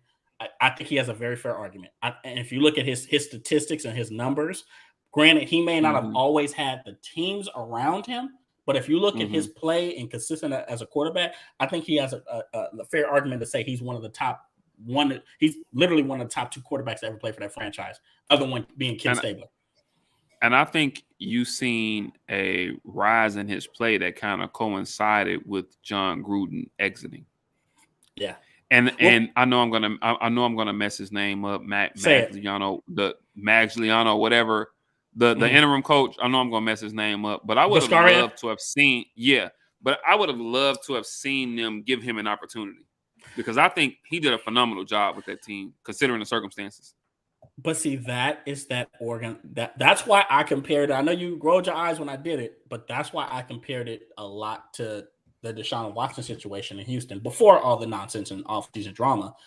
Yeah, because the Raiders organization, it's not like they're the class of the NFL, even though they're well known and stuff like that. They're not. They're very, in my opinion, very poorly ran organization. Right. They historically do not draft well. Lately, I mean, the past 20. My biggest issue with them is that they get good head coaches and they fire them before they ever give them a chance. They fired Rich Bisaccia after this last season, after he earned and he won that locker room over. Big mistake. I'll tell you another name who even though, some people in football circles aren't a big fan of him, when Hugh Jackson was there, Hugh Jackson was there. Hugh Jackson was building a culture when they were in Oakland. And a lot of people don't realize, but he was turning around the careers of guys like Darius Hayward-Bay, Darren McFadden. You saw them actually becoming competitive. Terrell Pryor was there. I think Carson Palmer was there. But he was really starting to build something special there. Guess what? They barely missed the playoffs. That's the year Denver went, and they beat Pittsburgh in round 1. They barely missed the playoffs that year. And what do? At my years, watch this. Years prior, they weren't even close to making the playoffs. But they barely missed the playoffs with Hugh Jackson as the interim coach. And they say, you know what? We're going to fire you, and we're going to hire Dennis fucking Allen.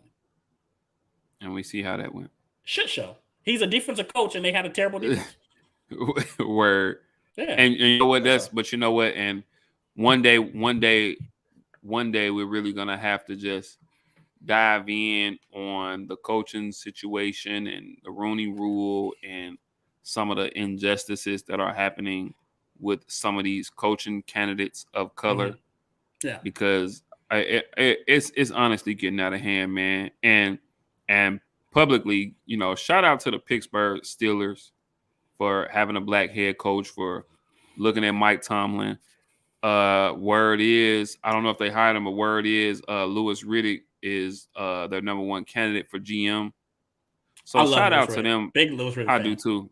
Yeah. I do too. So shout out to them for leading the way in that front and being the example and just giving people of color, and I'm gonna say black people, knowledgeable black individuals, just giving people a chance and allowing them to prove themselves and to prove their worth and to prove that they can be adequate and be successful in the NFL. So shout out to the Pittsburgh Steelers. Right. 100%. So all right, we got the Chiefs, we got the Raiders. This next team, believe it or not, I'm gonna tell you something. Believe it or not, this next team, believe it or not, outside of my Bears, they're one of my favorite teams in the league. Doesn't surprise me. Outside of the Bears.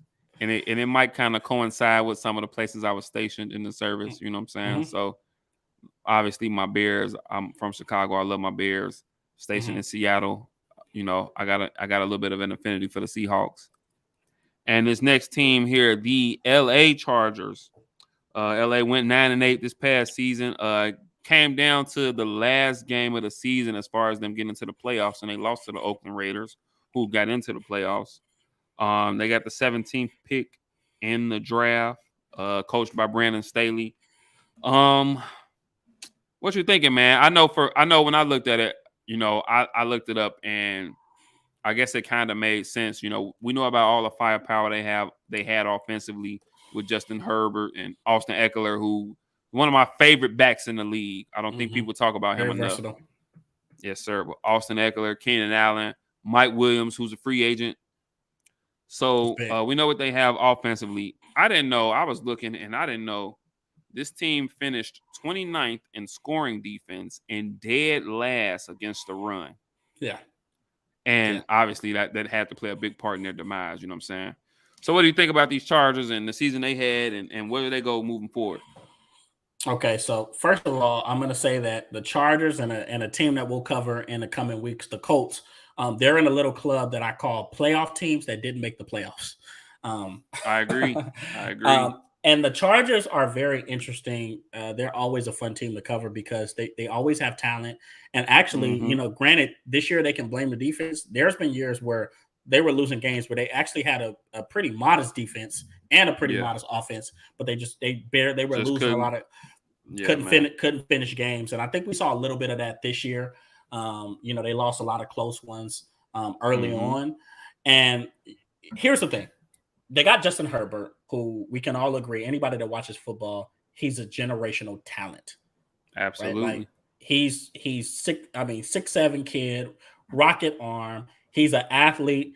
I think he is, I think Justin Herbert is everything that they said that Trevor Lawrence was going to be. I can agree with that. Yeah. Right. But not to come at Trevor Lawrence, though. I think the verdict's still out. I think the verdict's still out. Still got some time. But I think that Justin Herbert has been that type of transcendent of a player. Now, here's the thing about Justin Herbert. I think that his play on the field is elite. He's in my top 5. But where he needs to improve is he needs to step into more of a leadership role going into year 3. Because what I tell people is it makes no sense for that Chargers team, despite any issues they had on offense, it makes no sense for that team to have missed the playoffs. I think that says a lot about, and I'm not out on Brandon Staley as a coach. I actually like him as a coach. I know a guy that actually played for him when he coached college. So I know he's like supposed to be like well, the sad part is he's supposed to be a defensive mind, and they had a terrible defense. So let me pump the brakes on that. God bless him. Right? Yeah, man. So, but I think for them to win, Justin Herbert has to kind of take on the mindset like, no, fuck that. Follow me. Like, I'm going to get you guys there. Whereas you look at Justin Herbert, he's a good kid. He's quiet. He keeps to himself. He just goes on the field and he just goes about his business and makes plays. But for that football team as currently constructed, I think he's going to take on a bigger role. But they're right there. They have the weapons. He mentioned Keenan Allen, Mike Williams. Hopefully they can get him back. I think Keenan Allen is one of the most underrated wide receivers in the league. Agreed. Talking about a guy who's consistently 100 receptions, 1,000 yards, a chain mover. He's one of the ultimate security blankets. No, he absolutely is. He's really, really good. Underrated really route runner. Yeah. Well, I think he's one of the top 3 or 4 guys, route runners in the game. But Mike Williams took a step forward in his game this year, and he became a bona fide threat to where you're looking at him like, hey, this guy can be a number one. But you know what? He's been that though. Well, when he's healthy, he's been there. Even when Phillip Rivers was there, you could see, Well, I think you saw. This is okay. You saw flashes. I think you saw flashes of it. But this year, you saw him take the top off and take it to another level, and you could tell he was like, "I'm that guy." Yeah, and I think they're going to lose him in free agency. Yeah, I think they're going to. Well, I think they're going to lose him because I think he's going to go somewhere where he's going to be the guy. Right. So that's a name to look out for in free agency. But they have the pieces. Watch this. Let's really look at the Chargers. Let's look at their foundational pieces. Justin Herbert, Austin Eckler. You still got Keenan Allen. Granted, he's getting a little bit up there in age. All right. You have that young receiver Guyton on the defensive side of the ball. Yeah. You got who many pundits and many front office general managers consider the best safety in the league, Derwin James. Right. But I feel like, I think he's another one that's had some health issues. You know what I'm saying? I feel like he needs to figure out a way to stay on the field. He was healthy this year. He was healthy this year, though. Obviously, extremely talented, but but when he's on the field, but when you still got Joey Bosa, right? And then they drafted Kenneth Murray from Oklahoma. He's still coming along, and I'll tell you a player that they drafted that I promise you, I watched him and I'm like, man, am I watching his father? Asante Samuels Jr. is good. Oh yeah. He's a good player, and he literally plays the game like his father, right? He can take the ball away, play really good zone coverage. I loved his father with the Patriots, man. Yeah, productive player for a long time, and I think you're seeing that in his situation. My boy with Tampa Bay, the other corner in Tampa Bay, Carlton Davis. No, not Carlton Davis. Wait, you're talking about the safety. You're talking about the safety. Antoine Winfield Jr. Winfield Jr. Yeah. Antoine Winfield Jr. Seeing where these kids who have fathers who played in the secondary, you're seeing them come right in and just pay dividends. Well, these guys have high football IQs already because you could tell that they really admired what their fathers were doing. But to kind of go back to the Chargers, they have the pieces. Once again, I think the position that they need to add is on the interior defensive line and kind of beef it up. I agree. I kind of picked up. It was 2 names that I looked at. One in free agency and obviously one in the draft. Free agency, I looked at B.J. Hill. He played in Cincinnati this year. Now, granted, Cincinnati is going to do everything in their power to probably retain him, but look at what he did. He was instrumental. They had the 5th ranked rushing defense. So you wasn't just running, going crazy. I mean, we watched the Super Bowl. The Rams can run the ball for shit. For shit. Yeah. So BJ Hill, man, really stout, disciplined run stopper. And he's surprisingly athletic and kind of nimble. He had 5.5 sacks on the year. And I don't know if you guys remember in the AFC Championship, he caught that pick. He picked off Patrick Mahomes, right? He just jumped up, grabbed the ball, and, ran it back for a few yards. So I think you take a BJ Hill, you put him in the middle of that defense, he can kind of help shore up some things. They don't need to, let's be honest, they don't need to be the 2000 Baltimore Ravens to win football games. But if they could put a modest product on the field, maybe like the 15th or 18th ranked defense. Yeah, if they can be somewhere middle of the pack, they're dangerous. Justin Herbert is that great of a quarterback, and I think he's that transcendent that they just need a defense that can just don't get drug up and down the field. So that's what I got for them in free agency. In the draft, I actually picked a fun name, and I think this is probably a lot of people's pick based on their range. I got Jordan Davis out of Georgia going to them. I wish I could show you my notes. I'll put my notes in front of you. That's literally the same name I had written down. Jordan Davis from Georgia, right? But now here's the thing though. He just his 40.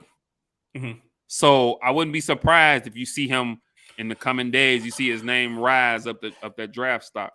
True, but I think what he's 300 at 341 pounds. He ran a 4.78. Okay, so this is how you have to look at it. As much as we like Jordan Davis, as much as an athletic freak he is, excuse me, you guys,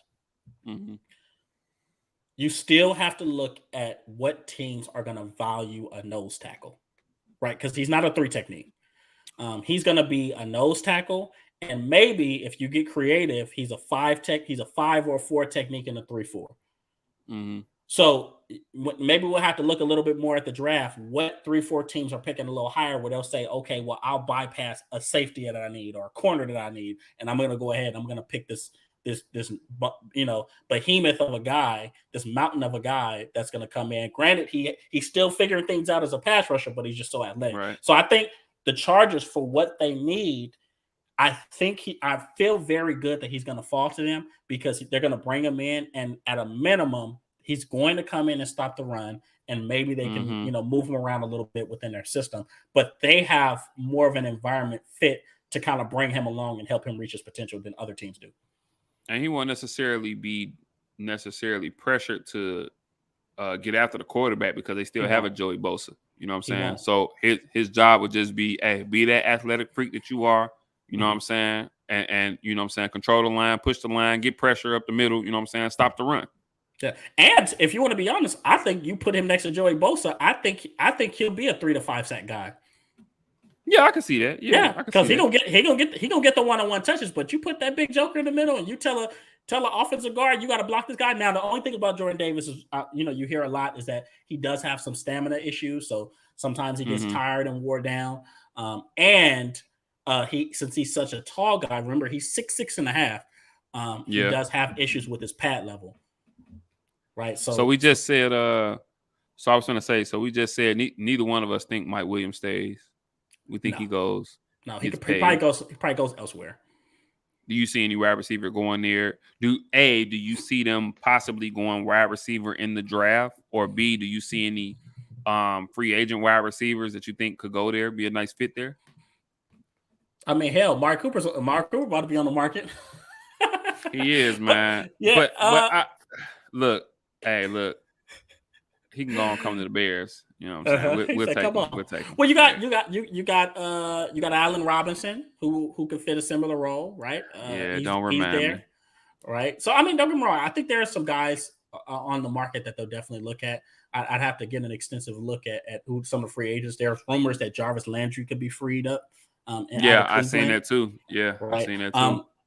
I would say OBJ. I think he could have a real resurgence if you get him in that Chargers offense. Get him with a guy like Herbert. I think you could see him have a real resurgence. Yeah, he just needs to get healthy.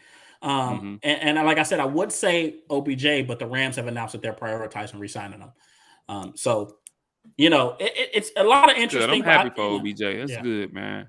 Keep him away from that free agency and battling trying to get a contract. That's good, man. I'm happy to hear that. Plus, I think the LA lights fit him. I think that. Word. I think the LA. But it still would have been LA, just with the Chargers. You know what I'm saying? True. Right. I think. And then also, I see Jared Cook's a free agent for them too, but they also got a Parham who I like as a tight end. Yeah, I feel like he can slip right in. I feel like Jared Cook has played with everybody. Jared Cook is what I call a hired assassin. He's a hired gun. I swear, bro. I feel like he's been with everybody. That's what he does. You pay him. He's gonna come to your ball club. He's gonna get you 300 to 500 yards receiving. Yeah. Right. 3 or 4 touchdowns. Yeah. That's what he does. He's a hired assassin. Agreed. Right. Agreed. Nothing more, nothing less. But like I said, the Chargers are very close to being a team. I think that we watched that game and you have to a little bit, you have to respect where Brandon Staley was going. I guess he wanted to kind of respect he wanted to have morals and pride, and he didn't want to be given a win or given a birth. Hey man, pride coming before the fall, bro. It sure as the hell. I don't care what nobody say. Oakland was going for they were gonna go. They were gonna take the tie. Yeah, they were. They were like, what's the point? That was the only for sure way that they got in. They were gonna go for the tie. And Pittsburgh would have been pissed. Yeah, they would have. But I truly, I don't care what the Raiders say. I truly feel like they would have played for the tie because once again, that was the only 100% way that they know they would have got in. No, well, the Raiders were playing for the tie, and based off of responses by like Derek Carr, because he said, when they called timeout, that definitely changed our mindset. So when he said that kind of really revealed that they're going to go for the tie and just because let's be honest, they hadn't had a playoff berth in how many years? 3-4 years?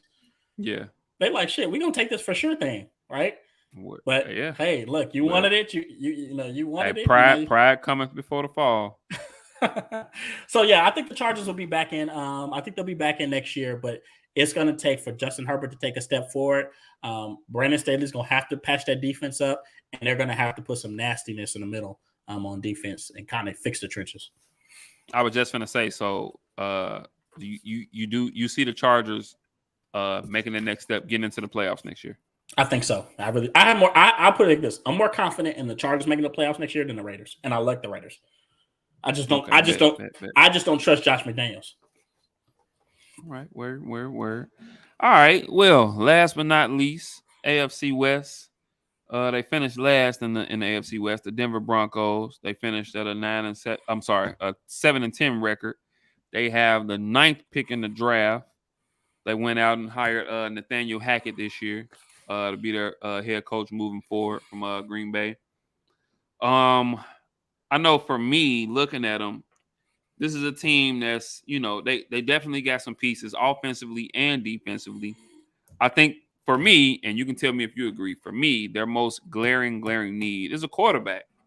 I mean, they got Teddy Bridgewater last year. They still have Drew Lock. Both guys ended up getting some time. I think I honestly believe that both of those guys are backup quarterbacks in this league. I don't see a team really truly being successful and getting where they want to be with either one of those guys as their starting option. You know what I'm saying? Teddy Bridgewater has showed flashes here and there, but I don't see anyone really getting where they need to be with one of those guys as their options. Obviously, the Broncos, offensively, they got weapons that, Jerry Jeudy, Cortland Sutton, Noah Fant. They kind of went with a dual back thing last year between Javonte Williams and Melvin Gordon, which worked out for them. It did. It worked out for them. They got some weapons offensively, but once again, I just think they're a quarterback away. So, Kenny, what do you think about the Broncos and the season they had last year? What do you think about their quarterback situation, and what moves do you see them making moving forward? Well, I'll be honest. I actually like the team that they have. It's funny. They're similar to the Chargers where they're really not that far off from being a playoff team. I agree. One thing people don't realize, I remember looking up at the end of the year and I was like, they have a great defense. They had the third ranked defense by Pro Football Focus. Quietly, yeah. Right, they obviously they had Justin Simmons, who I think is the most underrated safety in the game. Didn't even make a Pro Bowl. And then they brought on Patrick Surtain, who exceeded my expectations, and I guess Alabama corners are starting to be good now. Because most of them fucking suck. Hey, he's gonna be a stud moving forward. Though. No, he's a stud. He's a stud moving forward. And it's funny we talk about once again another guy. Dad played cornerback. Yeah. But I'll tell you another guy, since we're talking about Alabama guys, we've seen Kareem Jackson turn his career around as a safety. So he's a safety / nickel, and he's flying around the field. He really honestly should have made the Pro Bowl. Him and Justin Simmons were probably one of the better safety duos in the league. So Bradley Chubb, obviously battled some injuries, but he made some impact as well. And they just have a lot of really good pieces on offense. I don't even need to talk about their receivers. Jerry Jeudy, Cortland Sutton, obviously still got the running back and stuff like that. Noah Fant, right? Offensively, they had a 23rd ranked offense. That's been the biggest thing that's been holding them back. It's sad to say, you mentioned Teddy Bridgewater. This was his best season. This was his best statistical season ever in his career. 18 touchdowns includes the Minnesota years. And close the Minnesota years. This is literally the most touchdowns that Teddy Bridgewater has ever thrown for in any one time. So wow, it's sad to say this was his chance. Mm-hmm. I had the Broncos picked to go to the playoffs. They were my surprise playoff team, but they lost a few close games down the stretch because they couldn't generate enough on offense. So you're right, quarterback. If they fix the quarterback position, I think if they retain their running backs and they keep that similar type of system, to me they're a playoff team with this defense. And I looked at two quarterbacks, and one of them is going to surprise you. Hell, both of them might surprise you, but one in free agency and one in the draft. So in free agency, a guy that I picked. All right, this is gonna be drum roll. All right. I know who you finna say. Go ahead. I picked Mitchell Trubisky. Oh, I didn't think that. I just knew you was gonna say Gardner Minshew. Well, no, I would have loved that too. I could have seen Gardner Minshew too. But okay, Mitchell Trubisky, and I think it's because you look at his skill set. He doesn't have a bad skill set. He's athletic. He has a big arm. He can make all the throws. The thing is he was a victim of Matt Nagy. And I think we can easily look at, we'd be like, because remember, we talked about this. I'm like, we looked up, like, dang, it probably wasn't really Mitch. It was Matt. Absolutely. Now I'm not trying to say Matt Nagy is fucking Adam Gase, but shit, he's not far off, towards the end of his tenure, right? Yeah. So I think Mitchell Trubisky can kind of come in if they simplify things and they operate through that running game, have an elite defense. I really think they can win. All right, anywhere between 8 to 10 games, right? I think around 9 is about what it is. So that's what I got for them in free agency. Now in the draft, I have a guy. I think Denver, if they're going to draft a quarterback, is going to have to be somebody that's more game ready. Okay. I would have loved to pick Malik Willis, but Malik Willis is in a situation where he's going to need to sit and develop. I had them take. I'm not too. I don't. I'm guessing you're going to say Kenny Pickett. Yes, Kenny Pickett. I took Kenny Pickett. I'm not too high on any of these quarterbacks in this draft, right?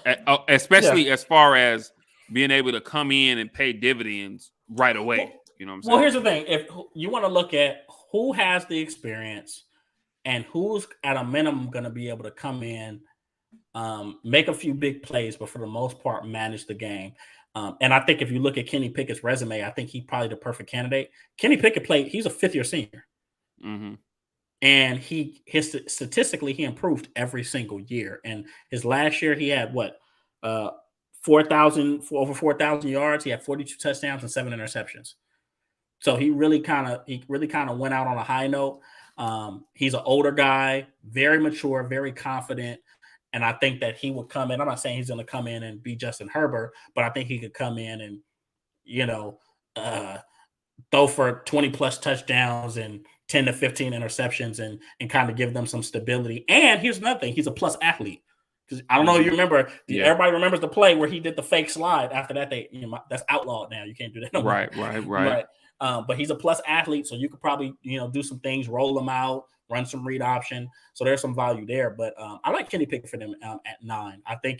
I don't think it would be too much of a reach because he's projected to be the first quarterback off the board, but I think they can do a lot worse. So I think it's either him or maybe you're talking about the other guy you could talk about, maybe come in and have some game experiences, maybe a Desmond Ridder, but he's more of a bottom first round, top of the Cincinnati, right? From Cincinnati, yeah. Mm-hmm. He's more of a bottom first round, top of the second round type of guy, just because there's nothing he does exceptionally well to kind of put him over the top. So Kenny Pickett from Pitt at 9 and free agency, Mitchell Trubisky.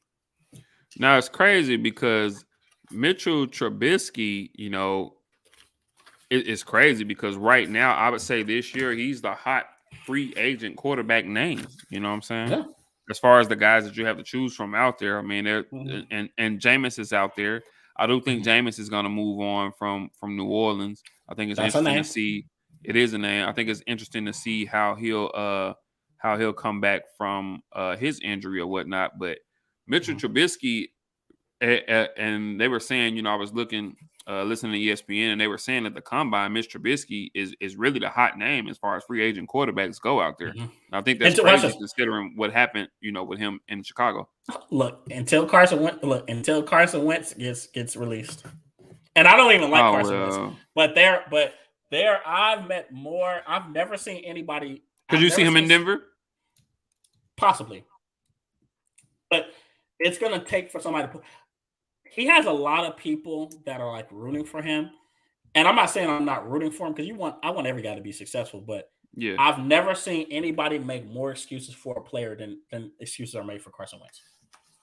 I agree, and I mean, this goes back years ago. Me and you would go back and forth on the Dak Prescott Carson Wentz debate, and I mean, I was one of those guys. I was on that Carson Wentz bandwagon, especially in Philly, man. But I mean, your eyes don't lie. You know what I'm saying? And at the end of the day, he just doesn't get it done. Week 18, excuse me. They got a chance. Once again, another team had a chance for the playoffs, and he goes out there, puts up a stinker. You know what I'm saying? And that's kind of been his MO. I don't know. I just don't know what's happened with him because the year the Eagles win the Super Bowl, if he doesn't get hurt, hands down, he's the MVP. And to see him go from that guy to what he is now, I just don't know what happened. Well, here's what I think. I think that team chipped away. First of all, I think that the Philadelphia organization completely chewed away at his confidence. First of all, if you're Howie Roseman, if you're Jeff Lurie, if you're anybody in that organization or the front office, hell, if you're Doug Peterson, how the hell do you allow them to build a goddamn statue of another quarterback who's your backup? Yeah. And put it at the front. I'm like, come on, man. Like, how did you think that was going to work out? Yeah. How can he move on there? So naturally, after a while, it really ate away at him, and you could tell it made him. He first of all, Carson Wentz has always been a mistake-prone player, but you can tell after a while it affected him even more. The pressure was put even more on him because it wasn't that Nick Foles was necessarily better. He was just a better fit for that culture. They embraced him. I don't know what it was, that locker room. They just go crazy around Nick Foles. True. But Carson Wentz didn't have that same type of leadership, and he wasn't the best leader. And then, obviously when his game started struggling, and he became a little bit more expendable. So that's kind of what happened, and he just was never able to. To me, if I was to look at a player that I kind of liken him to, I think that Carson Wentz, unless he fixes his career, he'll be the next Jay Cutler. Oh, wow. But see, even looking at Jay Cutler, I mean, Jay Cutler was phenomenally talented. Obviously. But Jay Cutler, even looking at Jay Cutler, Jay Cutler has had, you can argue he's had some better seasons than Carson Wentz has already. You know what I'm saying? Yeah. Jay Cutler just, I mean, big games come up, when the moment came up, he just couldn't get it done. And he talking about a terrible leader, like, yeah, can't lead God, Lord knows, bro. Okay, you know what I'm saying? Can't lead answer to some bread, bro. Okay. Yeah. So, but that's what I think happened with Carson Wentz, and it's sad because you see what's happened to him in Indy, where Frank Reich even said, "Hey, I stuck my neck out for this guy. Like, I want to see him be successful." Yeah. And you saw throughout the season, a lot of people look at his touchdown to interception ratio. Oh, Carson Wentz, he only threw 20. He threw 28 touchdowns, only 7 interceptions. But let's look a little deeper. They handled him with kid gloves. Like, they completely ran that offense through Jonathan Taylor. They really simplified things for Carson Wentz. They did. And this was a Frank Reich quote that really stood out to me. He said, at some point, Carson is going to have to make a big play for us. Like, there's going to come a time that at some point he's going to have to be the guy to win us a game. And he was never able to do that. Couldn't do it. So, and that's why they didn't make the playoffs. That game they lost to Jacksonville? Week 18? Yes. That was It's no way you should lose that game.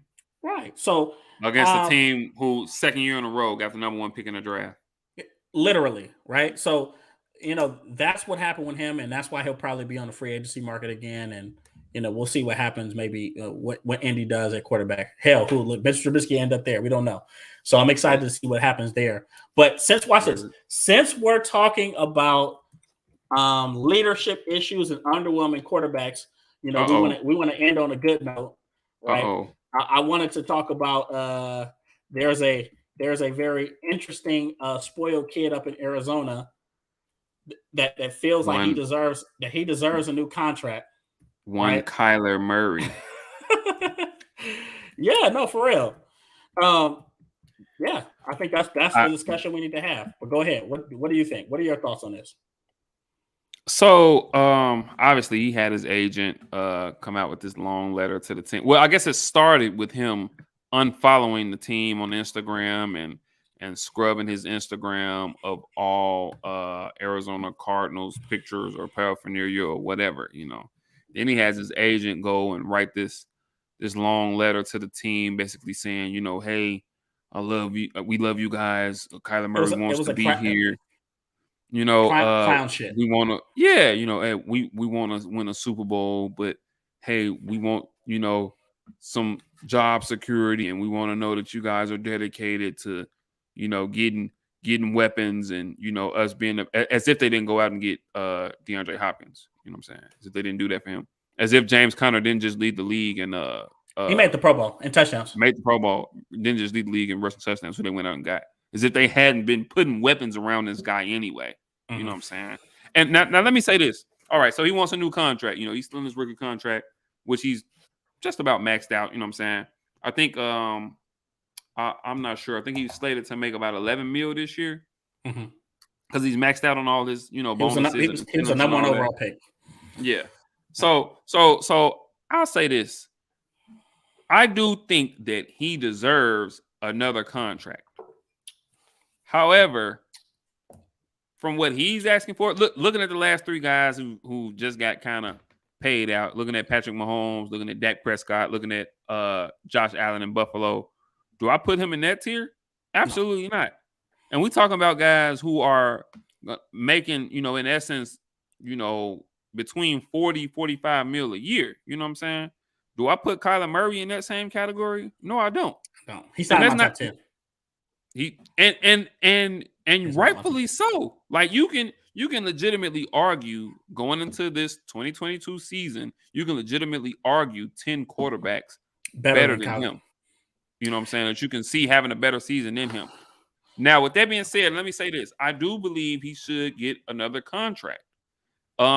Just honest as it's told, you know what I'm saying? He's been in the league 3 years. 3 years. They've improved and they've improved in wins every year. They went from 5 wins his first year to 8 his second, to now this past year they won 11 games. So they have improved, and his numbers, looking at his numbers, have been fairly consistent. He's been right around that 35 to 3,800, yards mark, 24, 25 throwing touchdowns, adding another 7 to 8 rushing touchdowns. But here's the thing with him. He's so small that every year it's the same MO, okay? Yeah. He starts the season great. They start the season great. As the season goes on, the wear and tear of the season and of him getting hit over the season, it starts to weigh on him, and you see his play wane, and thus, as his play declines, the team's play declines, and they end the season in a slump. And you've seen that every year in the first 3 years with him. Mm-hmm. So, okay, you're looking at a guy, okay, he's made a couple Pro Bowls. The team does improve. The number of wins that they've gotten has improved, but still only one playoff appearance in his 3 years. I mean, what in his mind, it's not like he's numbers are just off the map. You know what I'm saying? Yeah. He's not like Patrick Mahomes first couple years. He got MVP, a Super Bowl MVP, MVP. Yeah. Like who does he, in his mind, who does he genuinely think he is? Well, and furthermore, there's been rumors and there's been talk of how spoiled he is, even going back to his days at Texas A&M with Kevin Sumlin. Mm-hmm. And now this has just followed him. This isn't a good look for him. Now, ultimately, I think that Arizona, they're going to do all the right things. They're going to sell the right things. I think they're going to offer him a fair contract. Now, in his mind, I think he believes that he's worth more, and I think that's where the discontent will be. So it's going to be interesting to see how this works out for him. Well, you hit a lot of stuff on the head, because the thing is, I've gotten the opportunity to talk to some people that know him personally, and people that, grew up around him. And this is who he is. He has always been best kid on the field, right? Come from nice, decent family. Probably more like always the big man on campus. And I think for the first time in his career, he more or less, he's kind of had to he has to realize that, especially in the National Football League, you're the person to look to. You have to be accountable for your actions. I mean, especially as the quarterback. I mean, let's be honest, you guys.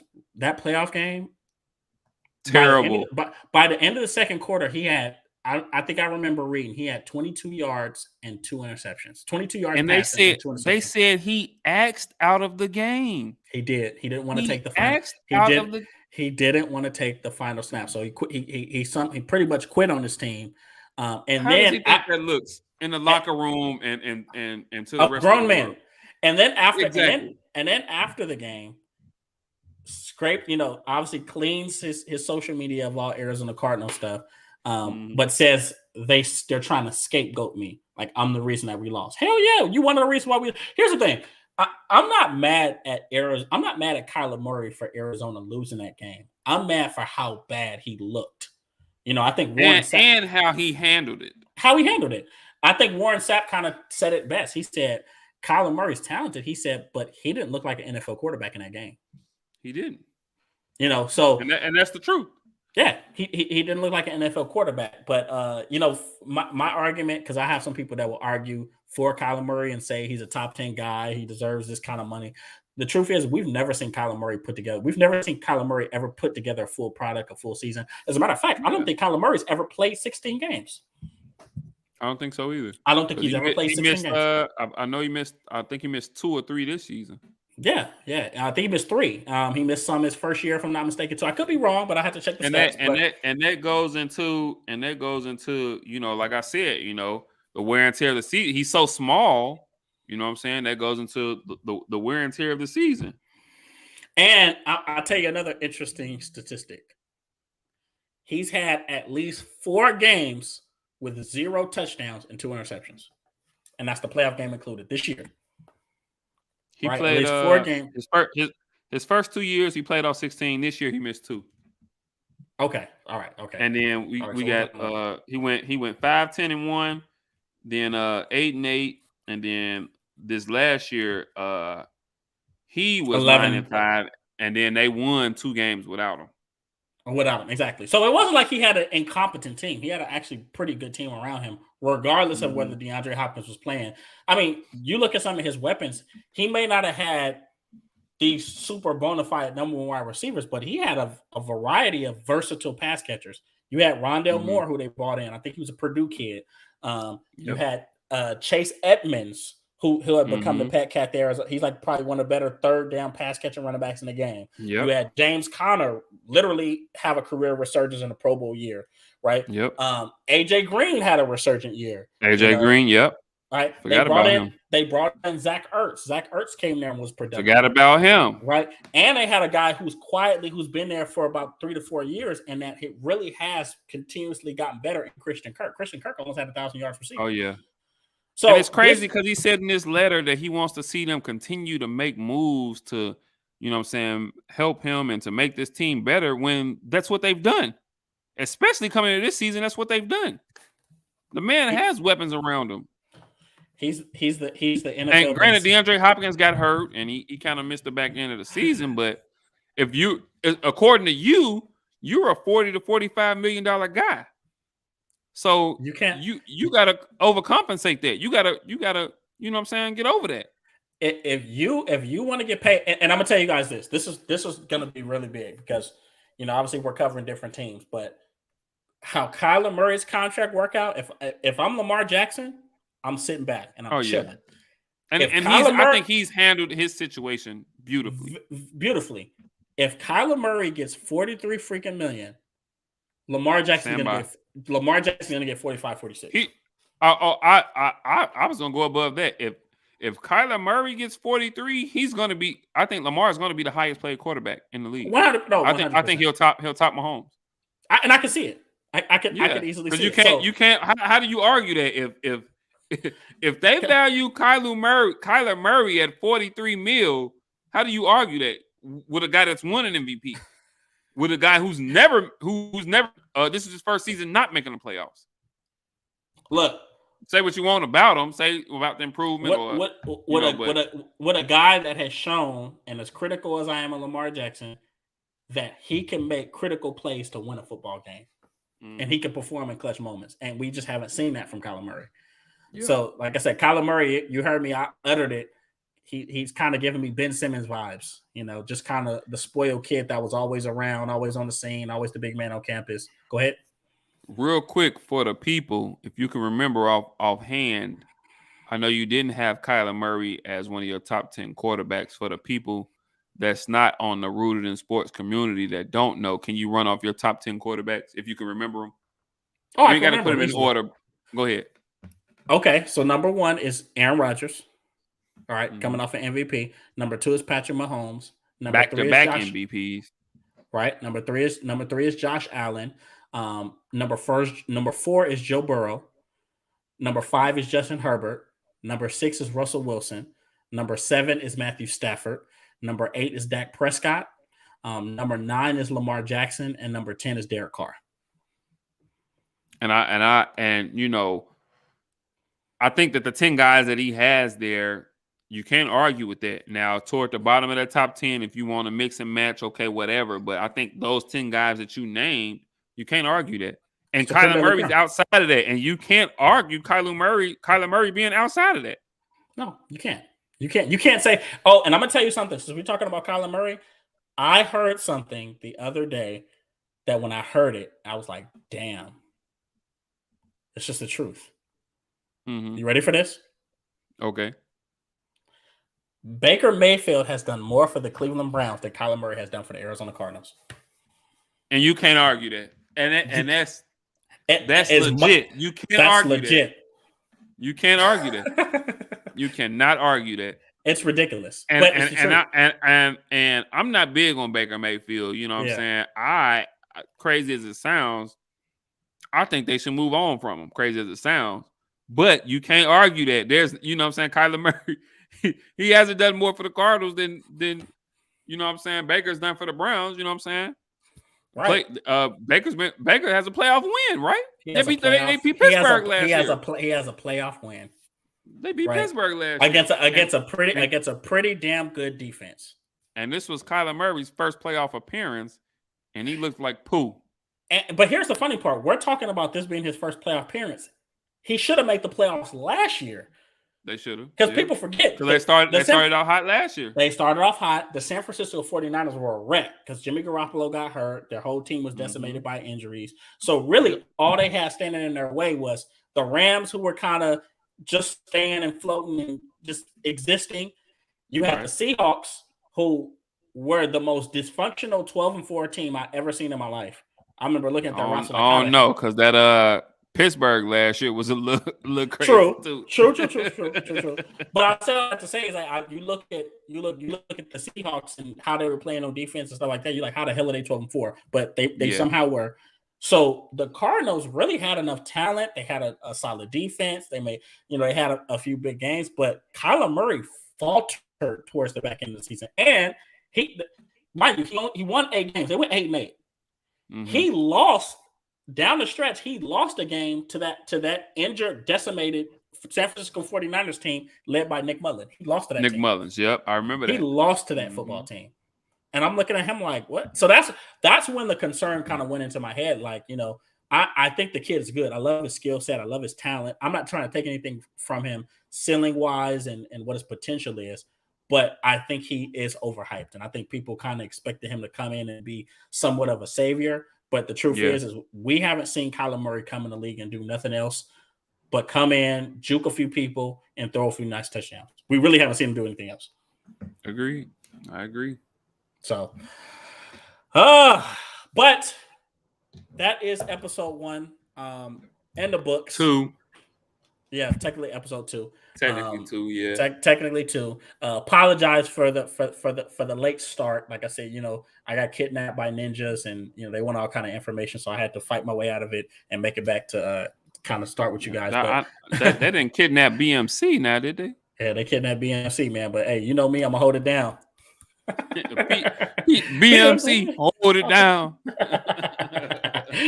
Yeah, man. So like I said, so a lot of good content to come. Like I said, get your brackets ready. We'll be doing some March Madness definitely next week, and we'll release our brackets. Yes, yeah, sir. definitely do that. And then I believe so, because for those who don't know, once again, we're gonna be going every Sunday this month. I believe the brackets will be released next Sunday, probably about 30 minutes to an hour or so before we'll probably come on, because next Sunday they're going to finish all the conference tournaments or whatnot. So they'll actually probably release the brackets 30 minutes to an hour before we come on. But just be on the lookout, because we're going to jump into that. We're going to tackle that a little bit. You know what I'm saying? Obviously, we're going to get a little NBA. Obviously, we're going to continue our rooted in football segment. Right. You know what I'm saying? And we're going to tackle yet another division in the NFL.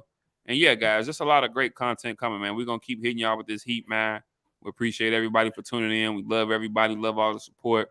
And if you guys have coming, man. And if you guys have feedback, hey, feel free to message us.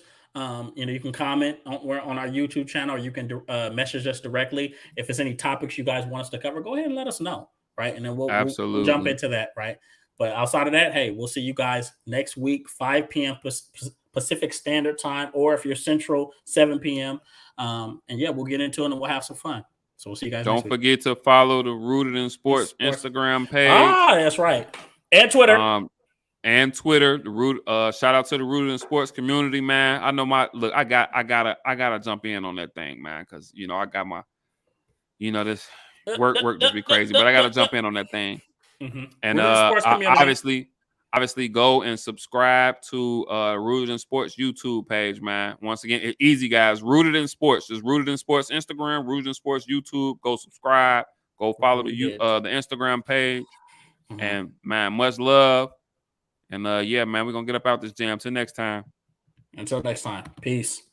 All right.